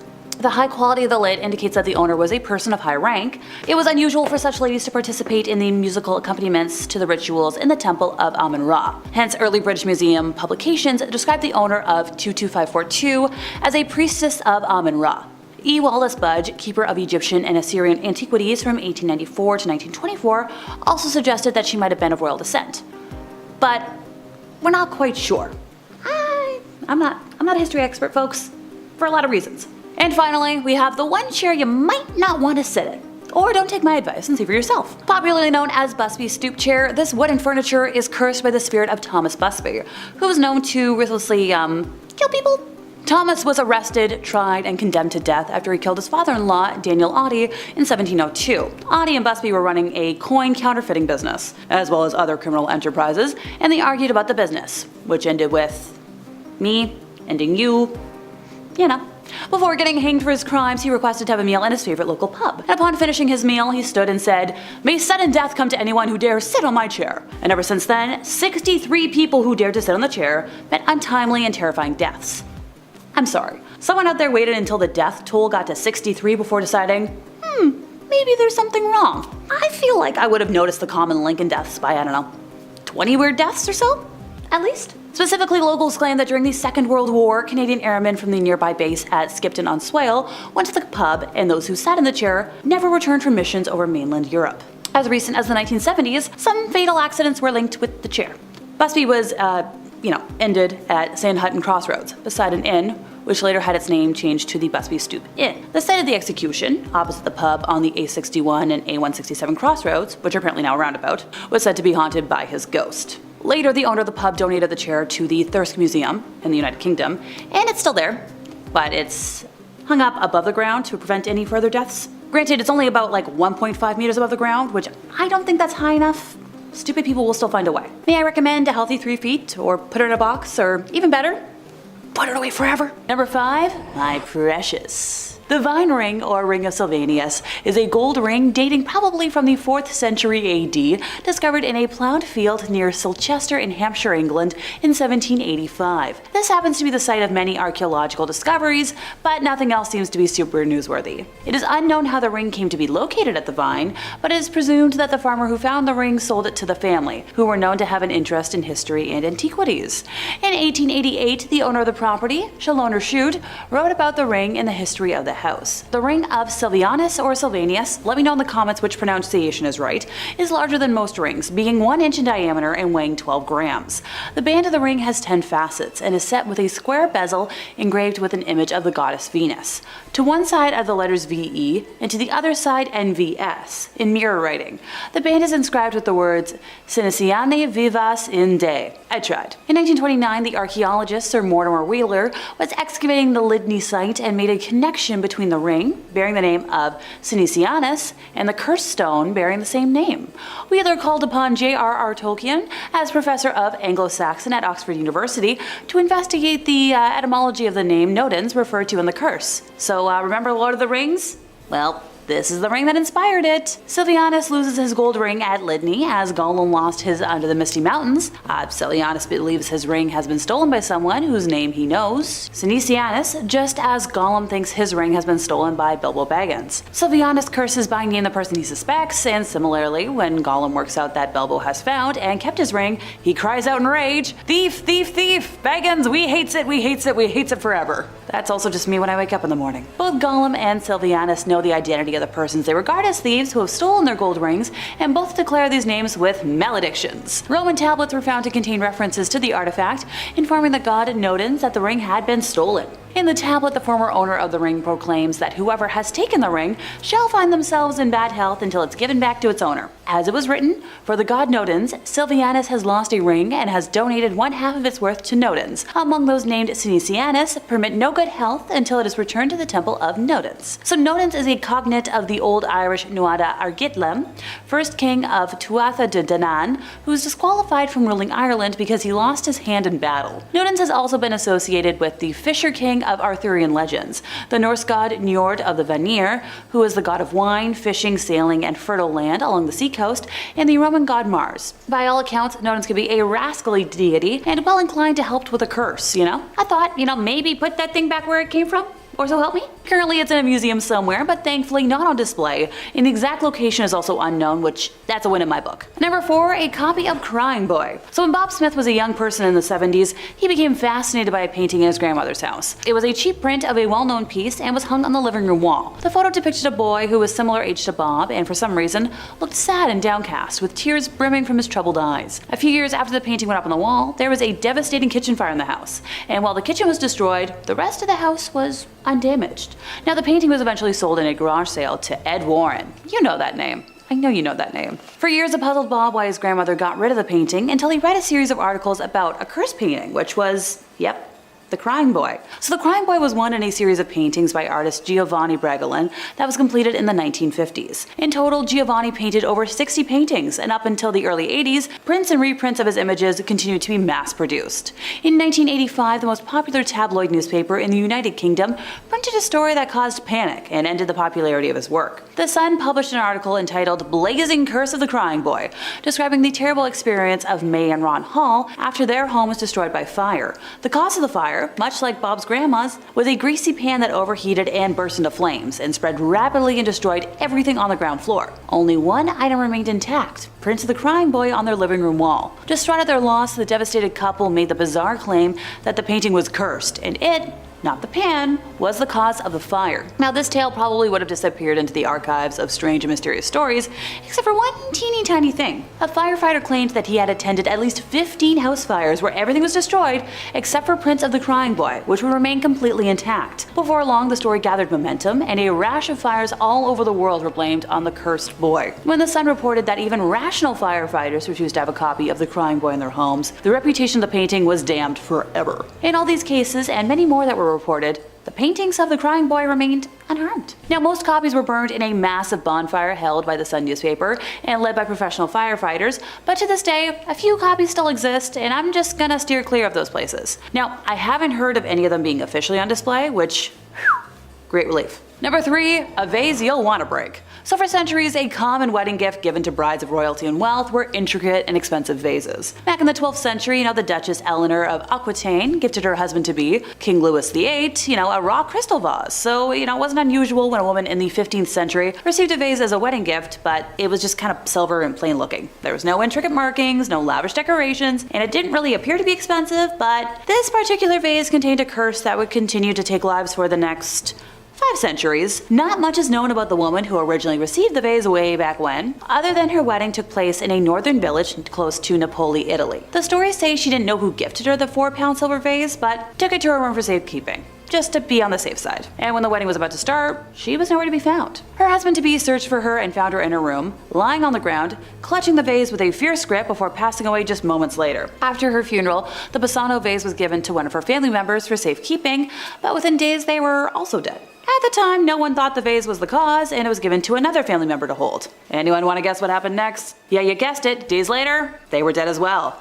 The family finally put 2 and 2 together and reached out to a priest for guidance, under the belief that whoever gifted the bride the vase put a curse on it or had it made with cursed materials, and were instructed to bury it on sacred grounds. Many believe it was buried near the same church where the priest resided, but it's not exactly known where it was buried, as the vase steered clear of history books for around 500 years. In 1988, an unnamed man happened to dig up the vase in Italy, and within it found a note reading, "Beware, this vase brings death." And go figure, he ignored the note, tossing it away, and brought the vase to an auction house. A classic case of those who ignore history being forced to repeat it. It was sold to a local pharmacist for the equivalent of $2,270 USD in today's money. 3 months later, the pharmacist had passed, and his family sold the vase to a 37-year-old doctor, who also passed away soon after. Anyone else getting a lovely case of deja vu? At that point, the vase started gaining a reputation, and no one was willing to purchase it, minus a single archaeologist, who 3 months later died from an unknown and mysterious infection. Distraught and afraid, the family of the archaeologist tossed the vase out of a window, where a cop found it and tried passing it off to multiple museums, none of which wanted to publicly accept it, but legend says that one did and buried it amongst their archives for safety. Number 2, James Dean's car. Actor James Dean loved his 1955 Porsche Spyder, having had it extensively customized, and he affectionately called it his little bastard. Apparently the car was so transparently evil that Sir Alec Guinness, when meeting Dean for lunch one day, claimed, "If you get in that car, you will be found dead in it by this time next week." Now, Dean laughed it off and set about preparing the car for the sports car races with his mechanic Rolf Witherich. Enlisting stuntman Bill Hickman to help out, the original plan was to tow Little B to the races, but Rolf felt that it would be better for Dean to get used to the Spyder and run the engine in. On that fateful Friday, Rolf sat next to Dean, while Hickman followed with his truck and trailer. Police pulled over the convoy and issued a pair of speeding tickets just outside Bakersfield, but that didn't slow Dean down one bit. Dean was barreling down Route 466 at an estimated 85 miles per hour when a young Cal Poly student named Donald Turnipspeed, driving a Ford Tudor, decided to make a sudden turn onto Route 41. The impact sent the Ford almost 40 feet down the road and ejected Rolfe from the Porsche. Dean was pronounced dead on arrival at the Paso Robles War Memorial Hospital at 6:20 p.m. But hey, the curse didn't stop there. When mechanics tried to repair the wrecked car, it fell on one of them, crushing both of his legs. Dr. William Eskridge bought the Porsche from a salvage yard in Burbank and proceeded to strip it for parts. He installed the Porsche's engine into his Lotus race car, then loaned the transmission and suspension parts to a fellow doctor and racer, Troy McHenry. Dr. William crashed the Lotus at the 1956 Pomona sports car races, surviving, but McHenry wasn't as lucky. He hit a tree and was killed in the same race, and so the curse of Little B gained strength. Two thieves who tried to take pieces of the car were both injured, and the Porsche itself carried on. Shortly after the crash, publicity monger and self-proclaimed King of Customs with a K, George Barris bought the Spider, or what was left of it, promising to rebuild it. When the mangled frame was found to be beyond recovery, he chose to capitalize on the car's notoriety. The Porsche was loaned to the Los Angeles chapter of the National Safety Council, and from 1957 to 59, it went on a gruesome tour of car shows, movie theaters, and bowling alleys. In March of 1959, while in storage in Fresno, the car mysteriously caught fire. It suffered remarkably little damage, just 2 melted tires and some singed paint, and fortunately the fire didn't spread to the other vehicles in storage. Meanwhile, Barris had sold a pair of tires from the car, and both repeatedly blew at the same time, causing the new owner to, veer off the road. Little B even managed to crush and kill a truck driver who was transporting it. The car has since disappeared into a museum archive, which is probably for the best. I'm nervous just around regular cars, but the thought of this cursed monstrosity is making me extra jittery. Or, that might be from the second energy drink I had a moment ago. Number 1, don't open the box. In Jewish folklore, a dibuk is an evil spirit. Supposedly, a Holocaust survivor accidentally summoned this demon while using a homemade Ouija board, but managed to trap it inside the wine cabinet. Okay, I'm just gonna back up and unpack that for a moment. Somebody summoned something evil with a Ouija board, sealed it in something else, and people keep trying to awaken it? Let sleeping demons lie, for crying out loud. Kevin Manis bought the box at an estate sale in 2001 and immediately started having nightmares about an evil hag. Ditto for the friends who were staying with him. Now, he gave the box to his mother, who suffered a stroke on the same day. The box's later owners have also claimed that the spirit within has appeared in their nightmares as well. The last owner was Jason Haxton, director of the Museum of Osteopathic Medicine, who not only had nightmares, but developed a strange skin disease and began coughing up red fluid. Now, at that point, he contacted his local rabbis, sealed the demon back in the box, and then hid it from the world with help from a museum archivist friend. I don't think I ever want a behind-the-scenes tour of a museum. Number 5, the Great Bed of Ware. Located in the Victoria and Albert Museum, the Great Bed of Ware has become infamous for its dark, twisted history. Constructed in 1850, the bed was created as a tourist attraction for an inn in Ware. The 4-poster bed is over 3 meters wide and is the only known example of a bed this size. It's been said that it is able to accommodate at least 4 couples, minimum. 8 people, wow. Guests would carve their initials into the wood or apply red wax seals to commemorate their stay and leave their mark on the bed. The marks are still visible on the bed to this day. The bed's carving is typical for the late Elizabethan period, with ornamental ribbon-like patterns, lions and satyrs to symbolize fertility and virility. By 1931, the bed became the single most expensive item of furniture, specifically a single piece of furniture opposed to a set. According to legend, the carpenter who made the bed was so enraged by the disrespectful treatment of his work that his ghost attacked any commoner who slept in it. And the carpenter made the bed for a king, and then traveling commoners slept in it and carved their names all over. I'd be kind of upset too. He must have believed the bed was going to be treated a lot differently than it actually was. The bed he had made for a king was instead damaged and covered in graffiti. The bed is now on display in Britain, and you are able to visit it. But luckily for both you and the carpenter's ghost, no one is able to sleep in the bed now. Number 4, the Terracotta Army. The Terracotta Army is a collection of terracotta sculptures that depict the armies of Qin Shi Huang, the first emperor of China. The one that searched for immortality and ate mercury in an attempt to live forever? Yeah. that one. The statues are a form of art that were buried along with Kinshi, with the purpose of protecting him in his afterlife. The statues were first discovered in 1974 by a group of local farmers. The figures varied in height according to their rank, the tallest being the generals. The figures included warriors, chariots, and horses. There were 3 pits, which held over 8,000 soldiers, 130 chariots with 520 horses, and 150 cavalry horses. Most were found in the mausoleum for Kinshi, but there were also some found in nearby pits that weren't directly in his massive underground grave. The village that the farmers were from believed that if they disturbed the army, they would receive misfortune and bouts of bad luck. Their suspicions were sadly correct, seeing as their 2,000-year-old village was destroyed in order to create an enormous museum over the area. I mean, I'd say that's less misfortune and more human idiocy. Just leave well enough alone. You don't need to make everything a spectacle. The extravagant funeral art is available for observation in the museum, and pieces of the army have been sent all over the world. But you should definitely think twice before deciding to visit the exhibit. Bad luck and misfortune are definitely able to spread to curious onlookers. Guys, I know I usually tell you to stay curious, but if you come across someone's funeral art, don't be curious. Turn around and pretend like you never saw it. It's like if you decided to unearth someone's coffin just because you thought it was cool. It's weird. That would be a weird, disrespectful thing to do. Number 3, the Hope Diamond. The Hope Diamond is one of the most famous diamonds in the world. The diamond originated in the Kolar mine in Andhra Pradesh, India. The history of the stone began when a French merchant traveler purchased the diamond, which was triangular in shape and crudely cut. He described the color as a beautiful violet. The stone was then sold to King Louis along with 14 other large diamonds and many smaller ones. The stone was then recut by the court jeweler.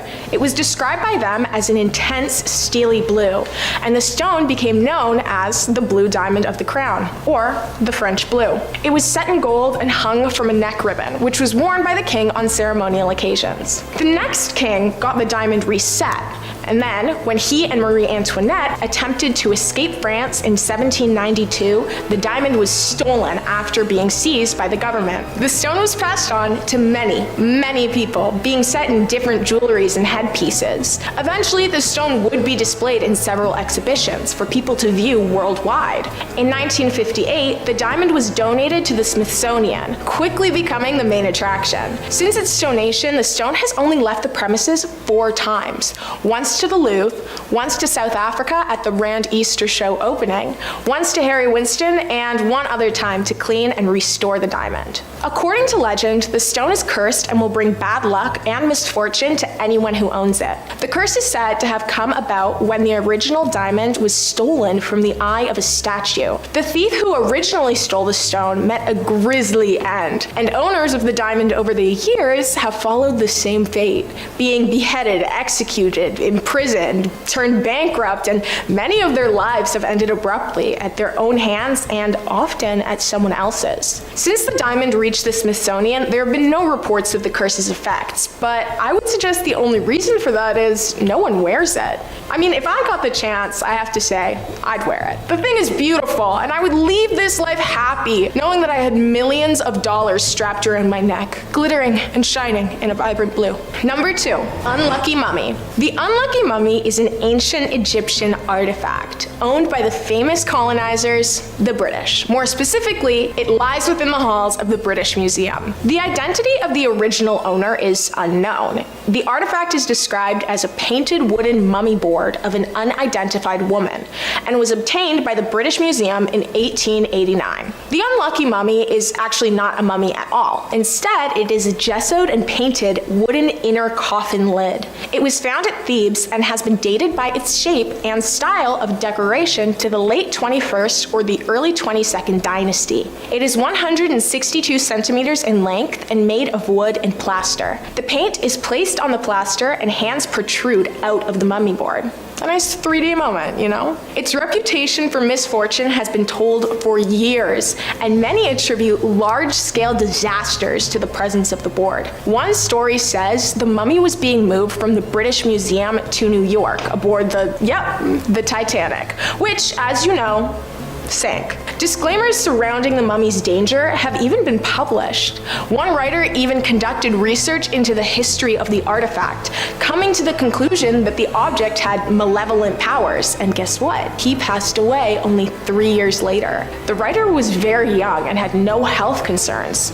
His life ended at the mere age of 36. The mummy which the board belonged to has never been found, but many say that it was left in Egypt. I have to say, people keep taking things that don't belong to them, disturbing bodies that had been left undisturbed for thousands of years, and then they act all surprised when the stuff is cursed. I definitely put a curse on the lid of my coffin. Anyone who separates me and my coffin lid, or even pick me up from my resting place to move me into a fluorescent hellscape, would definitely be sentenced to a fate of mediocrity and ignorant greed. Wait, oh my gosh. Anyone who does that is already both of those things. Things are starting to make a lot more sense now. Honestly, I love history, but at the same time, no, I don't. I don't need to know the genetic makeup of people 2,000 years ago. That won't help me. People just need to chill on the grave digging. Add that to the list of the top 5 weirdest, most unsettling things humans do. I could definitely make a highly controversial and opinionated video on that, which would likely get me canceled. It would also be like 2 hours long. Number 1, Cursed Ledger. A family in Kent donated this haunted book to Brighton's most haunted house, Preston Manor. They donated it after they were plagued by spectral visions and paranormal visitors.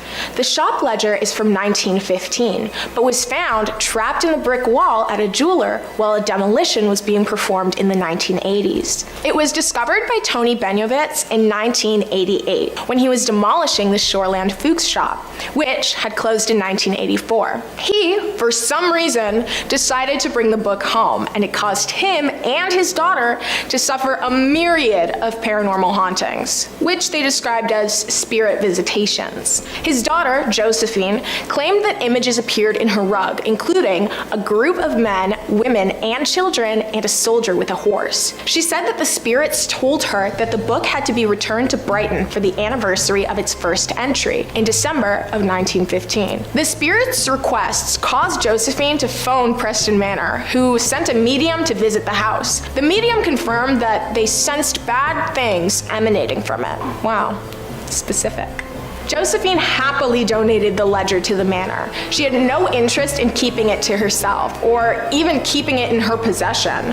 Fair, I mean, I don't think I would want to keep it either, to be honest. The manor recalled their thoughts about the book, saying, "At first, we weren't sure whether we'd take this apparently ordinary 100-year-old shop ledger, but the family impressed on us quite how scared they were of having the book in their keeping. When I had a phone conversation with Josephine, she seemed petrified." The book contained entries listing the jewelry sold from the shop it belonged to. After the book had been donated, Kent, the officer of Preston Manor, kept the ledger on her desk for a couple of weeks, but was unable to understand what exactly had happened to the book. Preston Manor holds several haunted items and is well known for the plethora of ghosts and spectral activities it contains. If you're a fan of getting haunted by the Lady in White or the Grey Lady, those are descriptive names, then you should definitely consider taking a trip to Brighton and Hove, East Sussex, to visit Preston Manor. They absolutely have their share of Victorian ghosts and haunted artifacts. Definitely a lot for the paranormal enthusiasts of the world to enjoy. I'll always find it strange that humans will just take things that aren't theirs and then complain about the repercussions. Here's a tip for everyone. If it's not yours and it's buried in a haunted tomb or stolen from the body of a statue of worship,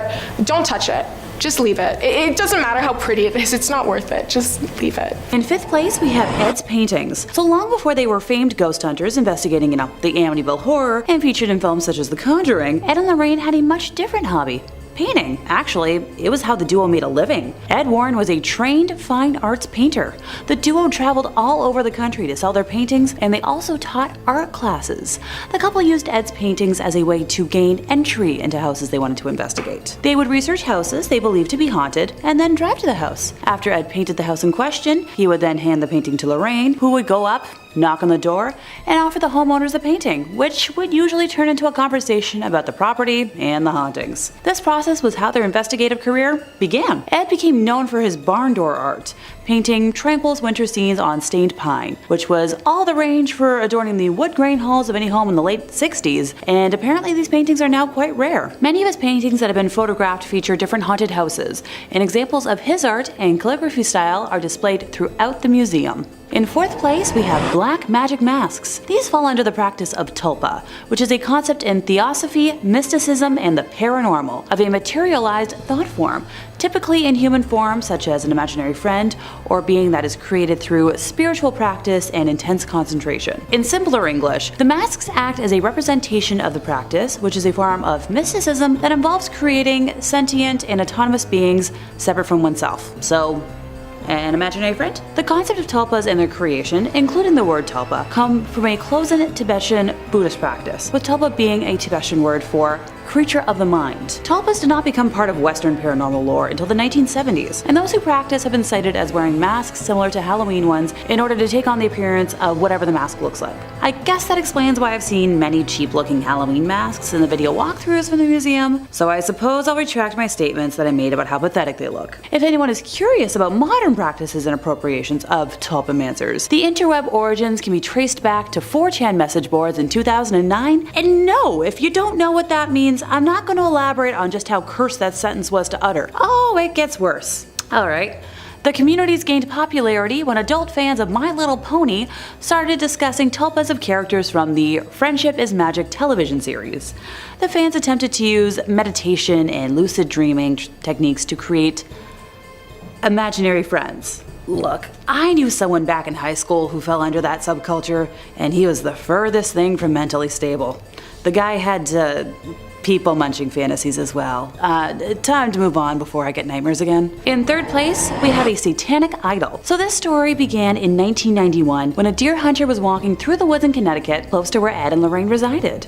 The hunter got lost and after some time stumbled upon a raised, circular rock formation with the idol in question standing in the middle of it. It is believed that the formation was common with folks who practiced devil worship in the 70s. The hunter began to feel uncomfortable and left the area, deciding to make his way back to his car, and along the way he noticed an elderly gentleman walking alongside him who was dressed head to toe in black. Now the man in black never spoke a single word to the deer hunter. The hunter was getting more nervous by the second, and also more lost and unsure of his directional path. Desperate, he turned to the mysterious figure and simply asked, "How do I get out of here?" Luckily for our narrator, the man in black pointed in a direction and then disappeared. The hunter was so thrown off by that day that he reached out to Ed, who requested to be brought to the same area. The hunter wasn't 100% sure he could find the exact location, but was willing to try. Together, the men were able to stumble through the forest, and without the aid of the man in black this time, found the rock formation. Ed removed the demonic idol from the area and placed it at home in his museum, and that's when things got a little weirder. Because, you know, a man in black spotting and weird forest stuff isn't weird enough for us. Approximately 3 days after removing the idol, Lorraine collapsed for no known reason, and she was transported to the hospital where no one could identify what was wrong with her. Thankfully, after 3 more days, she recovered. Red flag time! 3s and 6s are very popular numbers amongst the demonic scary people and things that you want to avoid. Ed believed that this was caused by the gentleman in black, who was believed to have been a high priest in a satanic cult, as a form of payback for removing the satanic idol. Now, this idol remains in the Warrens Museum to this day, and honestly, I think it looks like a papier-mâché masterpiece of an alien, but please let me know in the comments if anyone out there has a different opinion. In second place, we have a shadow doll. So among one of the first haunted items visible in the museum to visitors is a shadow doll, which boasts bird feathers and a genuine human tooth. Unlike the other dolls included in the museum, I'd consider this creature more of a sculpture. Ergo, why she made her way to my list today. Also, she's just overall terrifying to look at. I'm calling it now.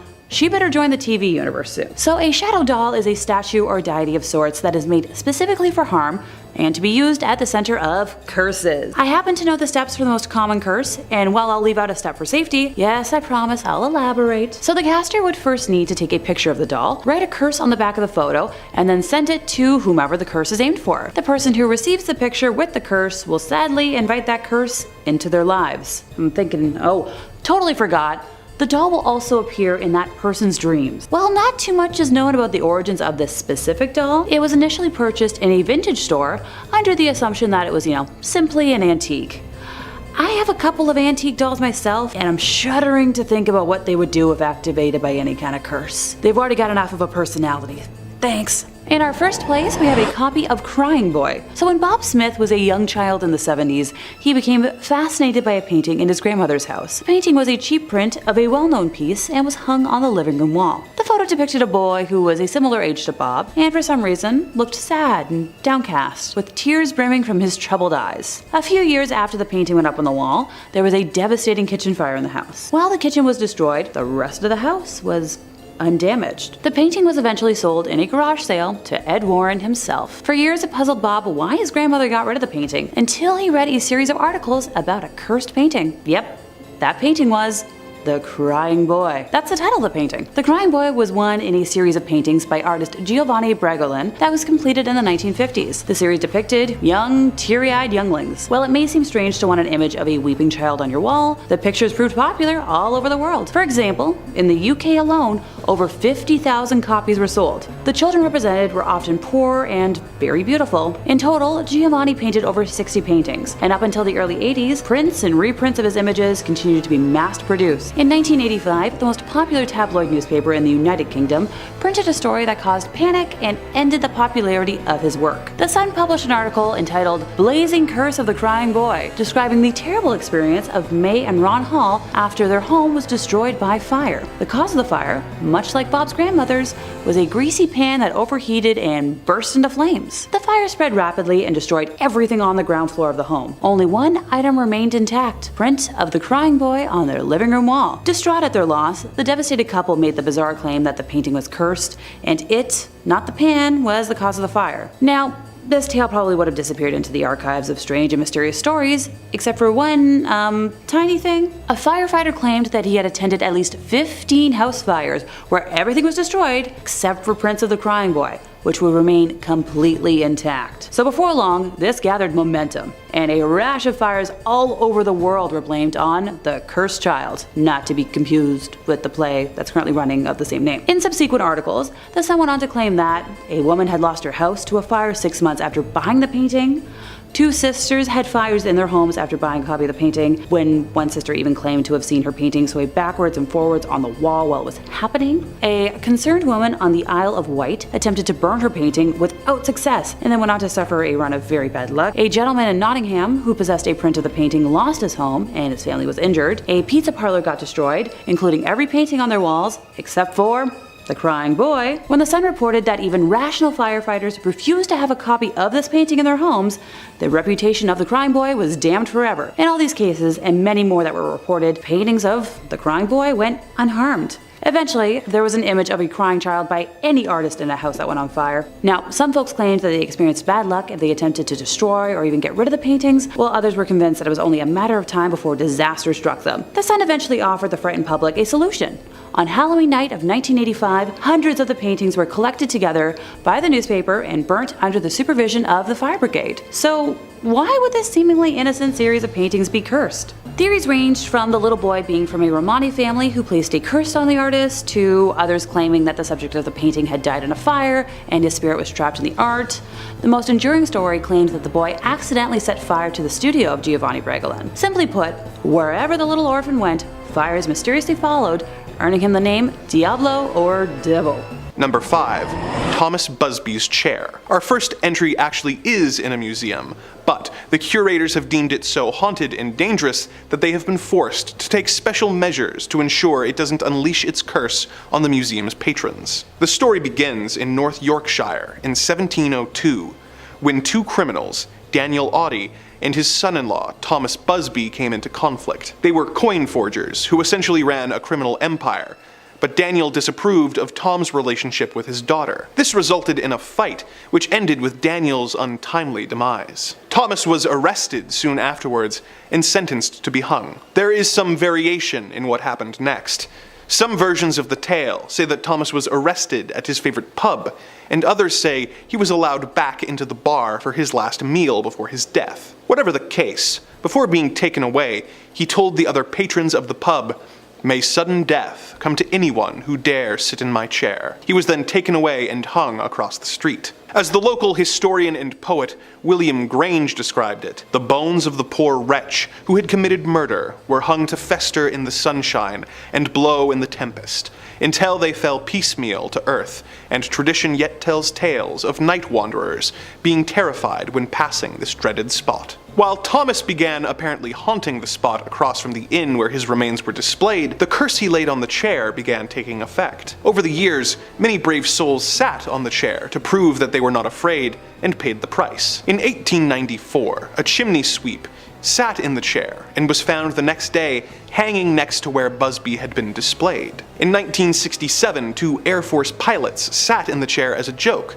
but when they were driving home that night, they crashed into a tree and did not survive. A few years later, a builder sat in the chair and fell off of a roof later that same night. Not long after, a cleaner fell into the chair after slipping while mopping the floor and died of a brain tumor soon afterwards. In 1978, the owner of the now renamed Busby Stoop Inn decided that too many deaths had occurred and donated the chair to the Thirsk Museum. Although they didn't technically lock the chair away, they did hang the chair on a wall, 5 feet off of the ground, to prevent anyone from sitting on it and receiving Busby's fatal curse. Number 4. The Hanging Man Painting. This haunted painting is actually linked to a haunted photograph, making it twice as haunted as most objects on this list. It all started when a photographer named James Kidd took a seemingly innocuous photo of a wooden cart next to a barn. Kidd thought nothing of it until he had the photo developed and saw that a ghostly figure had made its way into the frame. On the left side of the cart, he could see a headless and hanging man. He showed the photos to others who searched for any sign of doctoring,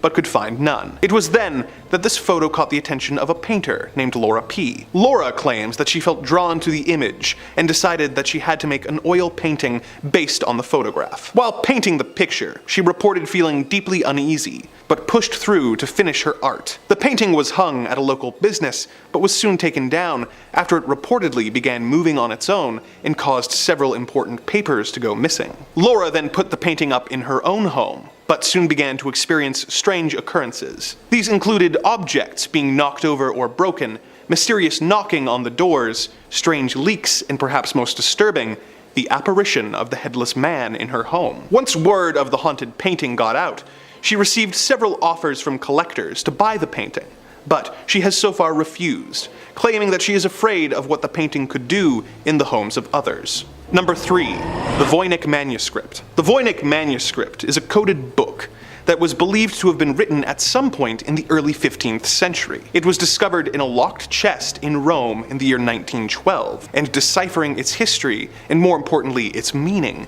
has been the goal of several different scholars for many years before and since. Its first known owner was believed to be Rudolph II. Rudolph apparently thought that the mysterious book had been written by Roger Bacon, and purchased the book for a huge sum of money, roughly 600 ducats of gold. The first 100% confirmed owner of the text was an alchemist named George Barish, who found the mysterious book in his personal library, unsure of its origin. It was passed from him to a variety of scholars, emperors, and officials, all of whom failed to decipher its bizarre text and illustrations. Several of the world's best cryptographers from the First and Second World War have tried to decipher its 240 pages, and have not found any way to read the book. Some of the pictures include detailed sketches of plants that are not found in nature and zodiac signs. As you might expect, there are several theories about the purpose and author of this book, with some believing that it was a herbology text written in a lost shorthand, and others having more outlandish theories that it was created by aliens from another world. One theory is that the book was written by either a demon or the devil himself, and that anyone who manages to translate its contents will unleash a curse upon the world. A theory they believe is bolstered by the fact that several people who have attempted a translation have gone on to suffer several years of bad fortune. Whether the origin of this book is human or demonic in nature, it is still the most mysterious and curiosity-inducing books in human history. Number 2.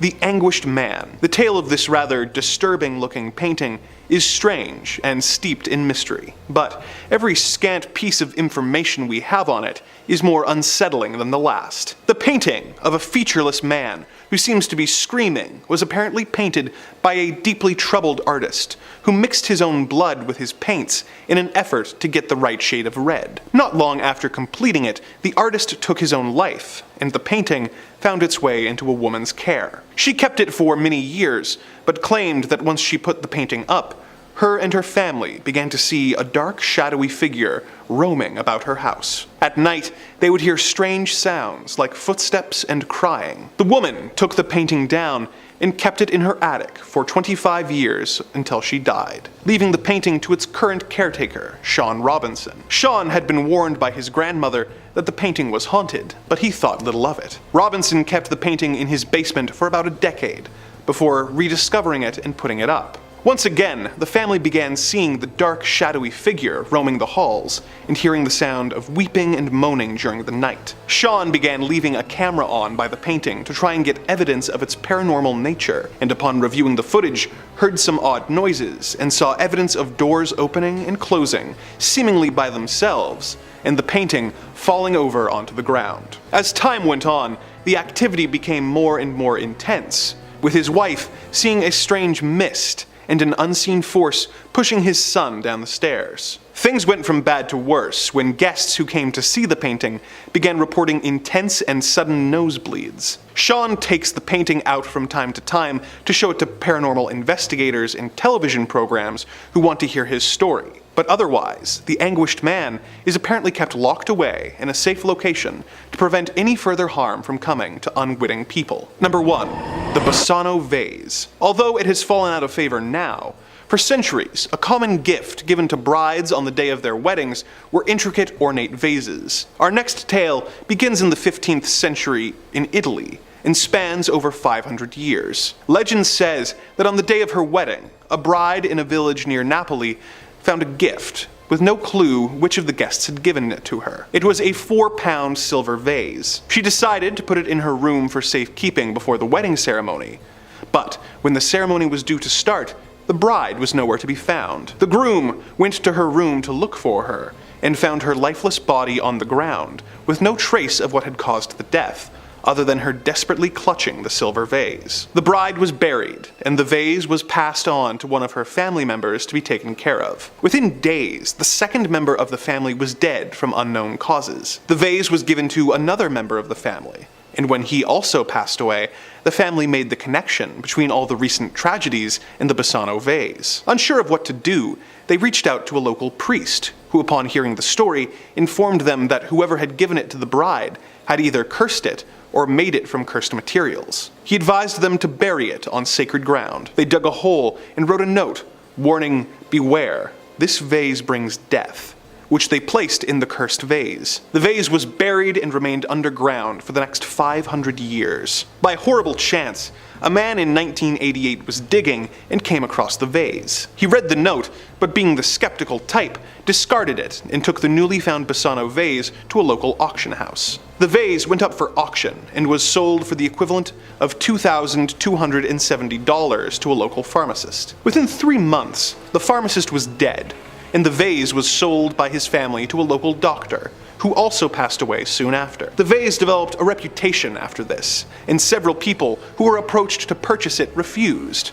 But it was eventually bought by an archaeologist, who, despite his family's protests, did not believe in curses. He died 3 months later. His family threw the vase out their window, but a police officer who was passing by saw this and tried to return it. The family refused the vase back and told him of its cursed nature. He tried to give it to multiple different museums, but having heard about the curse, they all refused. Fearing for his life, he did what the bride's family had done over 500 years prior and buried it in a lead box in a cemetery. Which cemetery he used is unknown, but let us hope that no unwitting soul rediscovers this cursed vase and unleashes it upon humanity once again. Number 5. Gacy's Clown Paintings. John Wayne Gacy was the notorious serial killer operating out of Chicago from the late 60s until the late 70s. He would lure victims into his home with the promise of illicit substances. He would then trick the young men into putting on a pair of handcuffs, claiming that he was going to demonstrate a magic trick. He would then force himself on them, them, and finally asphyxiate them before hiding their remains in his crawl space. In the 11 years that he operated, he was responsible for the deaths of over 33 people before he was arrested on December 21st, 1978, and sentenced to execution by lethal injection. Gacy had appeared for years to be the perfect family man, being an active member of his community, and in a detail that the media became obsessed with, volunteering as a clown who would perform at parades, fundraisers, and children's hospitals. This was unrelated to his crimes, but was such an odd detail that the press dubbed him the Killer Clown. This apparently served as the inspiration for Stephen King's It, and since then, clowns just haven't been able to catch a break. While awaiting his fate on death row, Gacy took up painting, creating self-portraits featuring himself dressed as Pogo the Clown. He is believed to have created over 2,000 paintings in prison before his death in 1994. After this, his attorney auctioned the paintings off, with several of them being purchased and burned in a bonfire attended by the families of the victims. Of course, this just made the paintings that remained more valuable and rare, and they have been known to show up in auctions where they are purchased for tens of thousands of dollars by people with questionable morals and taste. Speaking of which, Zack Bagans purchased a few of Gacy's paintings and put them on display in his museum in a display case dedicated to the memorabilia related to the Killer Clown. However, despite his best efforts, he was unable to purchase Gacy's brain to add it to the exhibit. Number 4. Peggy the Doll. A staple item in any museum focusing on ghosts and murder is a classic haunted doll. Robert the Doll is a classic, and the whole world has learned about Annabelle at this point. But Zack has a doll on display which he claims puts them all to shame, and her name is Peggy. Peggy's story begins in 2015 when a paranormal investigator named Jane Harris received a call from a distraught woman who claimed to have purchased a doll at a garage sale that was causing her to suffer from a mystery illness and vivid nightmares. The woman locked the doll in her shed until Harris agreed to take the doll away with her. A couple days later, she became sick and unable to get out of bed. She started hearing strange noises and hallucinated while the doll was in the house. Peggy was examined by psychics who claimed that she was possessed by the spirit of a woman born in 1946 who had died of a respiratory illness and attached herself to the doll. Harris uploaded a video of the doll online, and almost 100 viewers claimed to have become briefly ill after seeing the video. Zack soon purchased the doll, putting it on display in his museum where guests are asked to sign a waiver before seeing it, absolving him from any liability should the guests experience horrible paranormal activity due to exposure to Peggy. Number 3. The Manson Blood Painting. Charles Manson was the infamous cult leader who formed a group of mostly young women, teaching them that they were the reincarnations of the original Christians and that he was Jesus Christ. Manson began using his followers for extortion, taking a music teacher who they believed had inherited a large fortune hostage in his home and demanding that he join the cult and turn over the money. The man maintained that they were mistaken,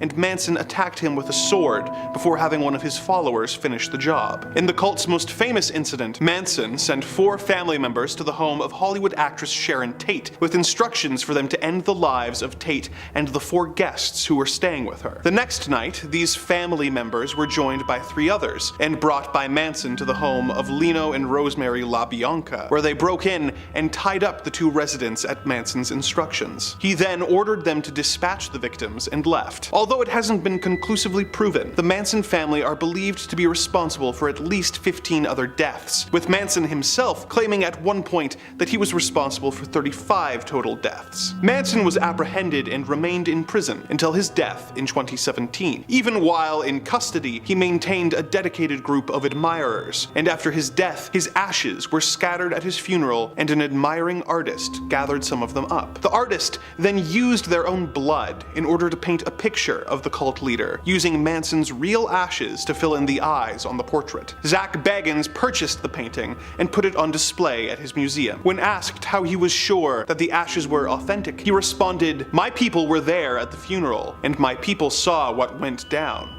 Because of course they were. Number 2. The Devil's Rocking Chair. In 1981, a young boy in Brookfield, Connecticut named David Glatzel began having vivid night terrors. As time went on, these nightmares began infiltrating his everyday life, with him seeing haunting figures such as an old man with a white beard and a man with big black eyes and animalistic features and jagged teeth who would sit in an old rocking chair and watch the boy. He then began engaging in bizarre behavior, like kicking, biting, seizures, and marks of strangulation appearing on him out of nowhere. His family reached out to Ed and Lorraine Warren, and they concluded that David was possessed by a demon. Priests performed 3 exorcisms on David, which supposedly caused him to levitate. In the chaos, the boyfriend of Debbie, David's older sister, Arnie Johnson, confronted the demon and told it to leave the child alone and to take him instead. David made a full recovery, but the demon decided to take Arnie up on his offer. A few months later, Arnie stabbed his landlord to death, and upon apprehension claimed that the devil made him do it. His trial marked the first time in history that someone entered a plea of not guilty for reasons of demonic possession, although this plea was rejected. This story was loosely adapted into the third Conjuring film, which follows Ed and Lorraine Warren's involvement with the case. Lorraine Warren also claimed to have seen beasts sitting in the rocking chair, and not long after her death, Zack purchased the chair and put it on display. He released footage of the chair moving by itself and claims that the first night it was on display, guests began having vivid visions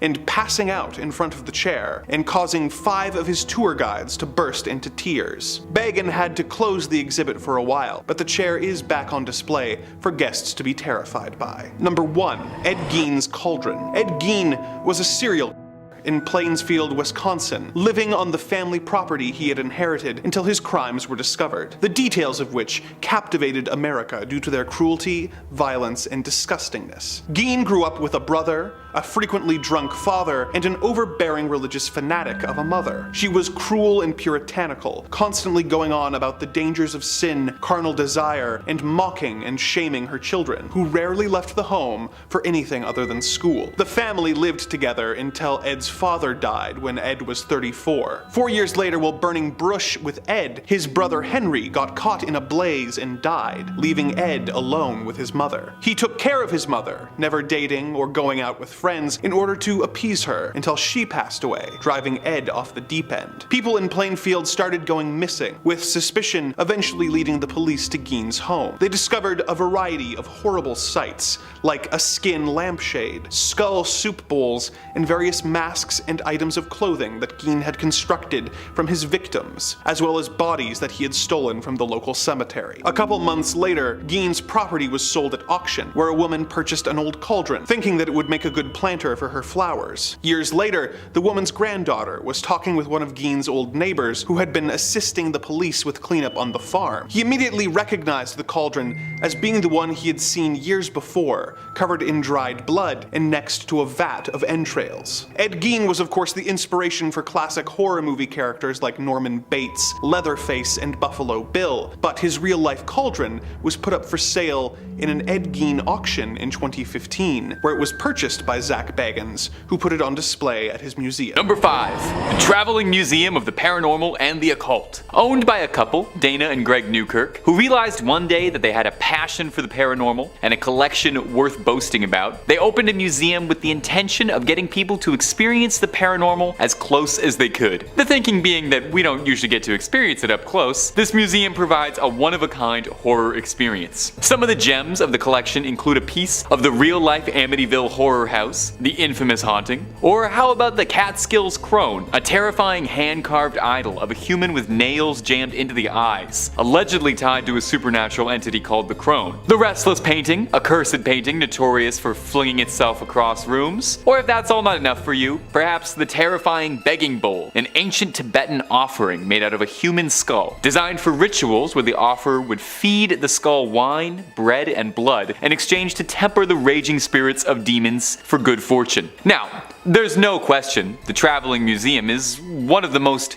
unique collections on the planet, and lucky for you, it's always moving. But if you're looking for good scares, you don't need to travel anywhere, because you already know the best scares are coming to you twice a day, every day at Top 5 Scary. Stay subscribed and stay scared. Number 4. Zaffis Museum of the Paranormal. Now, for most of us, we probably wouldn't think of mixing cursed items in with the decor. I wouldn't want to bring that dark energy home with me. I get enough bad vibes as it is. Well, for John Zaffis, he welcomes it with open arms. What kind of person would want to do that? Well, if I told you that Zaffis was the nephew of Ed and Lorraine Warren, would it make a bit more sense? Feeling inspired by his aunt and uncle, Zaffis too became a collector of the paranormal and an investigator of the unknown. Must run in the family. He worked alongside his aunt and uncle uncle on several of their cases where he was tutored by them in the ways of the paranormal, leading him to become a respected hunter in his own right. Following in their footsteps, he opened his own museum of his own demonic relics. His collection includes souvenirs from the cases he's worked on in the past, much like his relatives. Some highlights of the collection include a black cast iron human skull that was discovered inside an unnamed political family's house, a black idol that was used for satanic rituals, a sword that was apparently used to conjure black magic, and a whole lot more. Now don't worry, everything Zaffis taken in is safe, it's been cleansed, and he's very careful with his vetting process. Apparently anything too cursed for him to feel safe bringing into the museum, he throws into a body of water. So just be careful swimming around the museum, I suppose. Now the museum is currently closed, but Zaffis is searching for a new location to open up again soon. Hopefully somewhere with some nice thick walls. Keep all that evil energy in check. Number 3. The Museum of Death. Well, that's a cheery name, isn't it? You have to imagine with a name like the Museum of Death, there's something suspicious going on. Nope, not particularly. It's owned by a very cheery couple who built it in 1995 in the city's first mortuary. Their intended mission is to make people happy to be alive, which actually is very terrifying and ominous in a sort of Jigsaw, cherish your life sort of way. It's intended as a commemoration of life, just with a heavy focus on the last stage of life. It serves as a grim look at death, although the owners insist they don't want to scare anyone, but they're not trying to sanitize death either. Instead, they choose to show the reality of it, all the grisly details and all. As such, the museum is a site of controversy for quite some time, as some people find the exhibits a bit extreme. Some people go so far as to say it's tasteless, with footage of autopsies being shown and a collection of all sorts of relics from some of the evilest of evil criminals, Jeffrey Dahmer to name one. The museum boasts an impressive collection of bones, skulls, coffins, ancient morticians' tools and execution equipment, and all manner of macabre curios guaranteed to leave you feeling uneasy. Now, it should be noted, the museum is absolutely not at all for those with a squeamish stomach, and really should be reserved for those with a real dark interest in the dead. Number 2. Ed and Lorraine's Occult Museum. Now, it's hard to talk about a list of cursed museums full of the devil's objects without mentioning the Warrens' legendary Museum of the Paranormal. It almost goes without saying. It's probably one of the most famous haunted collections on the globe. Ed and Lorraine were storied demonologists, and the chances are extremely good. If you've even seen 2 videos by us, you've probably heard about them a million times. But it's still one of the coolest museums of cursed objects on the planet and is packed to the gills. It would be just wrong to leave it out of this list. Although the pair have since passed a while ago, the museum is now upheld by their son-in-law, Tony Spera, who carries on the mantle for them. The museum sits in a large shed just outside the Warrens' former property. I guess it's best to keep the evil close to home. The museum houses all sorts of dark souvenirs from the Warrens' storied past and is a veritable who's who for Conjuring and Warren fans. You can get a chance to get up close and personal with the real Annabelle, snap a selfie with her if you dare, or take a look at the cursed shadow doll made of real human teeth and bird feathers, or perhaps a satanic idol retrieved from the woods that caused Lorraine to become violently ill when brought in. If the Warrens were on the case, then they've brought something back sitting on that shelf. Mr. Spera blesses everyone who visits the museum before entry, just in case there's any residual evil hanging around in the air you might be bringing in. A priest comes by too to bless all the items, keep them safe. The museum is currently closed to visitors, but Spera is working hard to have this piece of paranormal legacy reopened once again. Number 1. Zack Bagans' Haunted Museum. Now, if you're looking for the cream of the crop, if you're looking for the peak of the haunted museum circuit, well, then no one has worked harder for that distinction than Zack Bagans, the esteemed paranormal investigator and ghost adventure star. Zack's collection started when he was a young boy, when he would scour garage sales with his mom in hopes of finding strange occult objects. I wonder how often he was finding occult objects at garage sales. Since then, a lifelong obsession would eventually turn into one of the most impressive hoards of spooky finds under the sun. The museum is in Las Vegas, built on a property in 1938 that has been said to be home to dark spirits who pass there, and their energy remains behind. Before becoming a museum, it's rumored that it used to be be home to secret orders that would perform dark rituals. Among some of Zack's more treasured haunted items are the Dybbuk box, a wine rack said to be home to the world's most malevolent poltergeist, a possessed rocking chair from the famous Glatzel case, inspiring The Conjuring, The Devil Made Me Do It, and tons of relics from the world's most sinister criminals like Ed Gein or Ted Bundy. Now, it goes without saying that a building replete with haunted items is a melting pot for spirits and haunting sightings. The tour warns you and asks you to sign a waiver before entering that you're knowingly putting yourself at risk of endangerment from unknown forces. Now, staff at the museum have reported everything from seeing strange lights, shadows, hearing peculiar noises, feeling unwell around certain objects, all the way to real extremes like seeing mysterious figures and cloaked, robed people at night. If you're feeling up for it and you want to feel like a paranormal investigator yourself, the museum also offers solo tours at night with nothing but a flashlight to guide you. Just be aware of what you're going up against. Number 5. The Ring of Silvianus. The Vine Ring, aka the Ring of Silvianus, is a gold ring dating back to the 4th century AD. The ring was discovered in the fields of a farm in 1785 in Hampshire, England. Originally the property of a British Roman named Silvianus, apparently it was stolen by a person named Sanicianus, upon which Silvianus hexed the ring with a curse. That's right. In 1888, the owner of the property wrote about the ring in a history of his property, which is now a National Trust property. The ring went on display there in April 2013, where it's been ever since. Oddly, in 1929, during excavations of the site of the Roman Temple of Nodens at Lydney Park, archaeologist Sir Mortimer Wheeler discovered the now apparent curse that goes with said ring. Consulting shortly after with one J.R.R. Tolkien. That's interesting. The ring is apparently much larger than most rings as well, and was perhaps made to be worn over gloves. The band of the ring has 10 edges. Among it is the goddess Venus engraved, along with the saying, "Live in God." Yeah, that's pretty awesome. The lore goes, while at the temple, Silvianus' gold ring vanished. Believing the thief to be an individual named Sanicianus, Silvianus demanded supernatural justice. And at the Temple of Nodens, crafted and carved a hexed tablet known as the Curse Tablet, or Defixio. On the tablet, he wrote, quote, "For the god Nodens, Silvianus has lost a ring and has donated 1/2 of its worth to Nodens. Among those named Sanicianus, permit no good health until it is returned to the Temple of Nodens." Yeah, that sounds like a spell to me. You better return that, buddy. Nodens is like Poseidon. Yeah, that's not good if he's out there looking for you. Number 4. Tutankhamun's trumpets. The trumpets are a pair that were first found in the burial chamber of the 18th dynasty pharaoh, famously known as King Tut. One sterling silver and one bronze. They are considered to be the oldest operational trumpets in the world, and the only known surviving examples from ancient Egypt. The trumpets were found in 1922 by Howard Carter during the excavation of Tutankhamun's tomb. Yeah, you know, the whole cursed tomb thing. The bronze trumpet was discovered in the tomb's antechamber in a large chest containing other military objects and walking sticks. The silver trumpet was found in the actual burial chamber.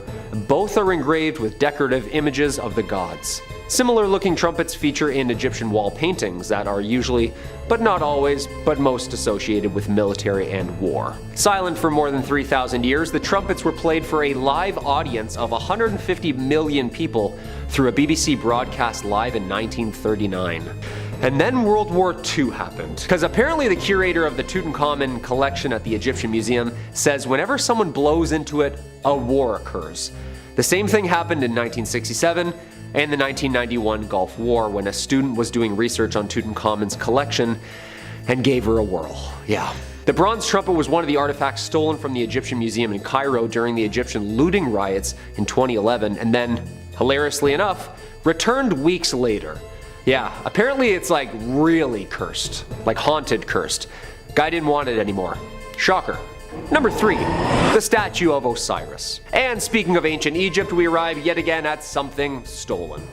The statue of Osiris. In 1971, during an excavation in Saqqara, Egyptologist Walter Bryan Emery found a small statue of the Egyptian god of death, Osiris. He and his assistant returned to the dig site's office in a nearby village as Emery took the statue of Osiris with him. Once at his house, Emery went to the bathroom to shower, and after moments, his assistant began to hear Emery screaming. He found him clutching the sink, clearly experiencing some kind of trauma. His assistant said that Emery stood there paralyzed. I grabbed him by the shoulders and dragged him onto the couch. Then I ran for the telephone. Emery was diagnosed with paralysis of the right side of his body and was unable to speak. He actually died the following day. Talk about curse of the pharaohs. It's been said that there was a possession of a Canadian woman who believed her home had also become haunted by said statue. The woman gave it to the Ontario Museum, which returned it home to Egypt. Have we seen this video of said statue moving on its own? Like, this is from a Manchester museum, and this thing is just moving on its own all day. Yeah, this god's pretty powerful, and this stuff needs to be respected, you know? And returned. Like, you can't just steal stuff and throw it up in a museum overseas. Especially the stuff that clearly says in hieroglyphics, do not remove this, you will be cursed. We're uncovering more and more buried Egypt every day. Just please be respectful and leave the stuff alone after discovering and documenting it. And whatever you do, don't play any more instruments, okay? Number 2, ballista balls. Almost 2,000 stones were found during archaeological excavations in the Gamla Natural Reserve, of which the ancient Jewish city of Golan Heights used to sit. This is the site where the largest number of ballista stones from the early Roman period were found. Basically, these little sanded stones are perfectly smooth and perfectly designed for ancient machine gun slingshots. Oh yeah, and of course, by sling or hand. In 2020, a ballista ball in Israel was returned to the authorities 15 years after it was stolen. Apparently the balls were very cursed. Why was this particular ballista stone considered to be so cursed? Who knows? The artifact has been returned by an anonymous person under the name Moshe Manis. According to Moshe, the thief who stole the ballista stone stole it in 2005 when they were a teenager. Yeah. Oh yeah, it's definitely not me. No, it's a friend of mine. Yeah, no, definitely not me. Him and his friends were touring a display of ballista stones at the Jerusalem Walls National Park in the city of David. These ballista stones were used by the Romans when they were fighting in Jerusalem in 70 AD as part of the first Jewish-Roman war, known also as the Great Jewish Revolt. The man returned the 2,000-year-old Roman ballista balls from Gamla and actually wrote a little note on it saying, quote, "These are 2 Roman ballista balls from Gamla, from a residential quarter of the foot of the summit. I stole them in July 1995, and since then, they have brought me nothing but trouble. Please do not steal antiques." You said it, buddy. Those stones have seen their fair share of bloodshed. You don't want any part of that smoke. And coming in at number 1, the Wailing Skull. Our number 1 spot, of course, the one that scares me the most. Skull banshees screaming throughout the middle of the night. Oh yeah, just screeching ghost heads. You know this is a thing, right? Like, way more common than we think. Like, they're like everywhere. Burton Agnes Hall is in East Yorkshire, was built in 1598 during the reign of Elizabeth I by 3 sisters of the Griffith family. The youngest sister, Anne, was apparently attacked. They beat her after she apparently refused to give them her belongings. Locals heard her cries and came to her rescue and returned her home, though sadly perishing 5 days later. On her deathbed, she requested that the head be placed within the walls of the unfinished manor. The family ignored her request, and after she was buried and the house's construction was complete, the sisters began to hear sinister noises throughout the empty house. Well, screams, actually. The sisters returned to their family's vault to fulfill the past sister's request, and when they opened the tomb, the body was completely intact except for the now smiling skull across the room from the body. Okay, the head was taken back to the Burton Agnes Hall, and miraculously, the noises and disturbances stopped. It's like she asked to be there or something. The noises would only happen again when later residents tried to remove the skull from the premises. Yeah, I'd put that back immediately. Don't mess with people's scary like this, you know?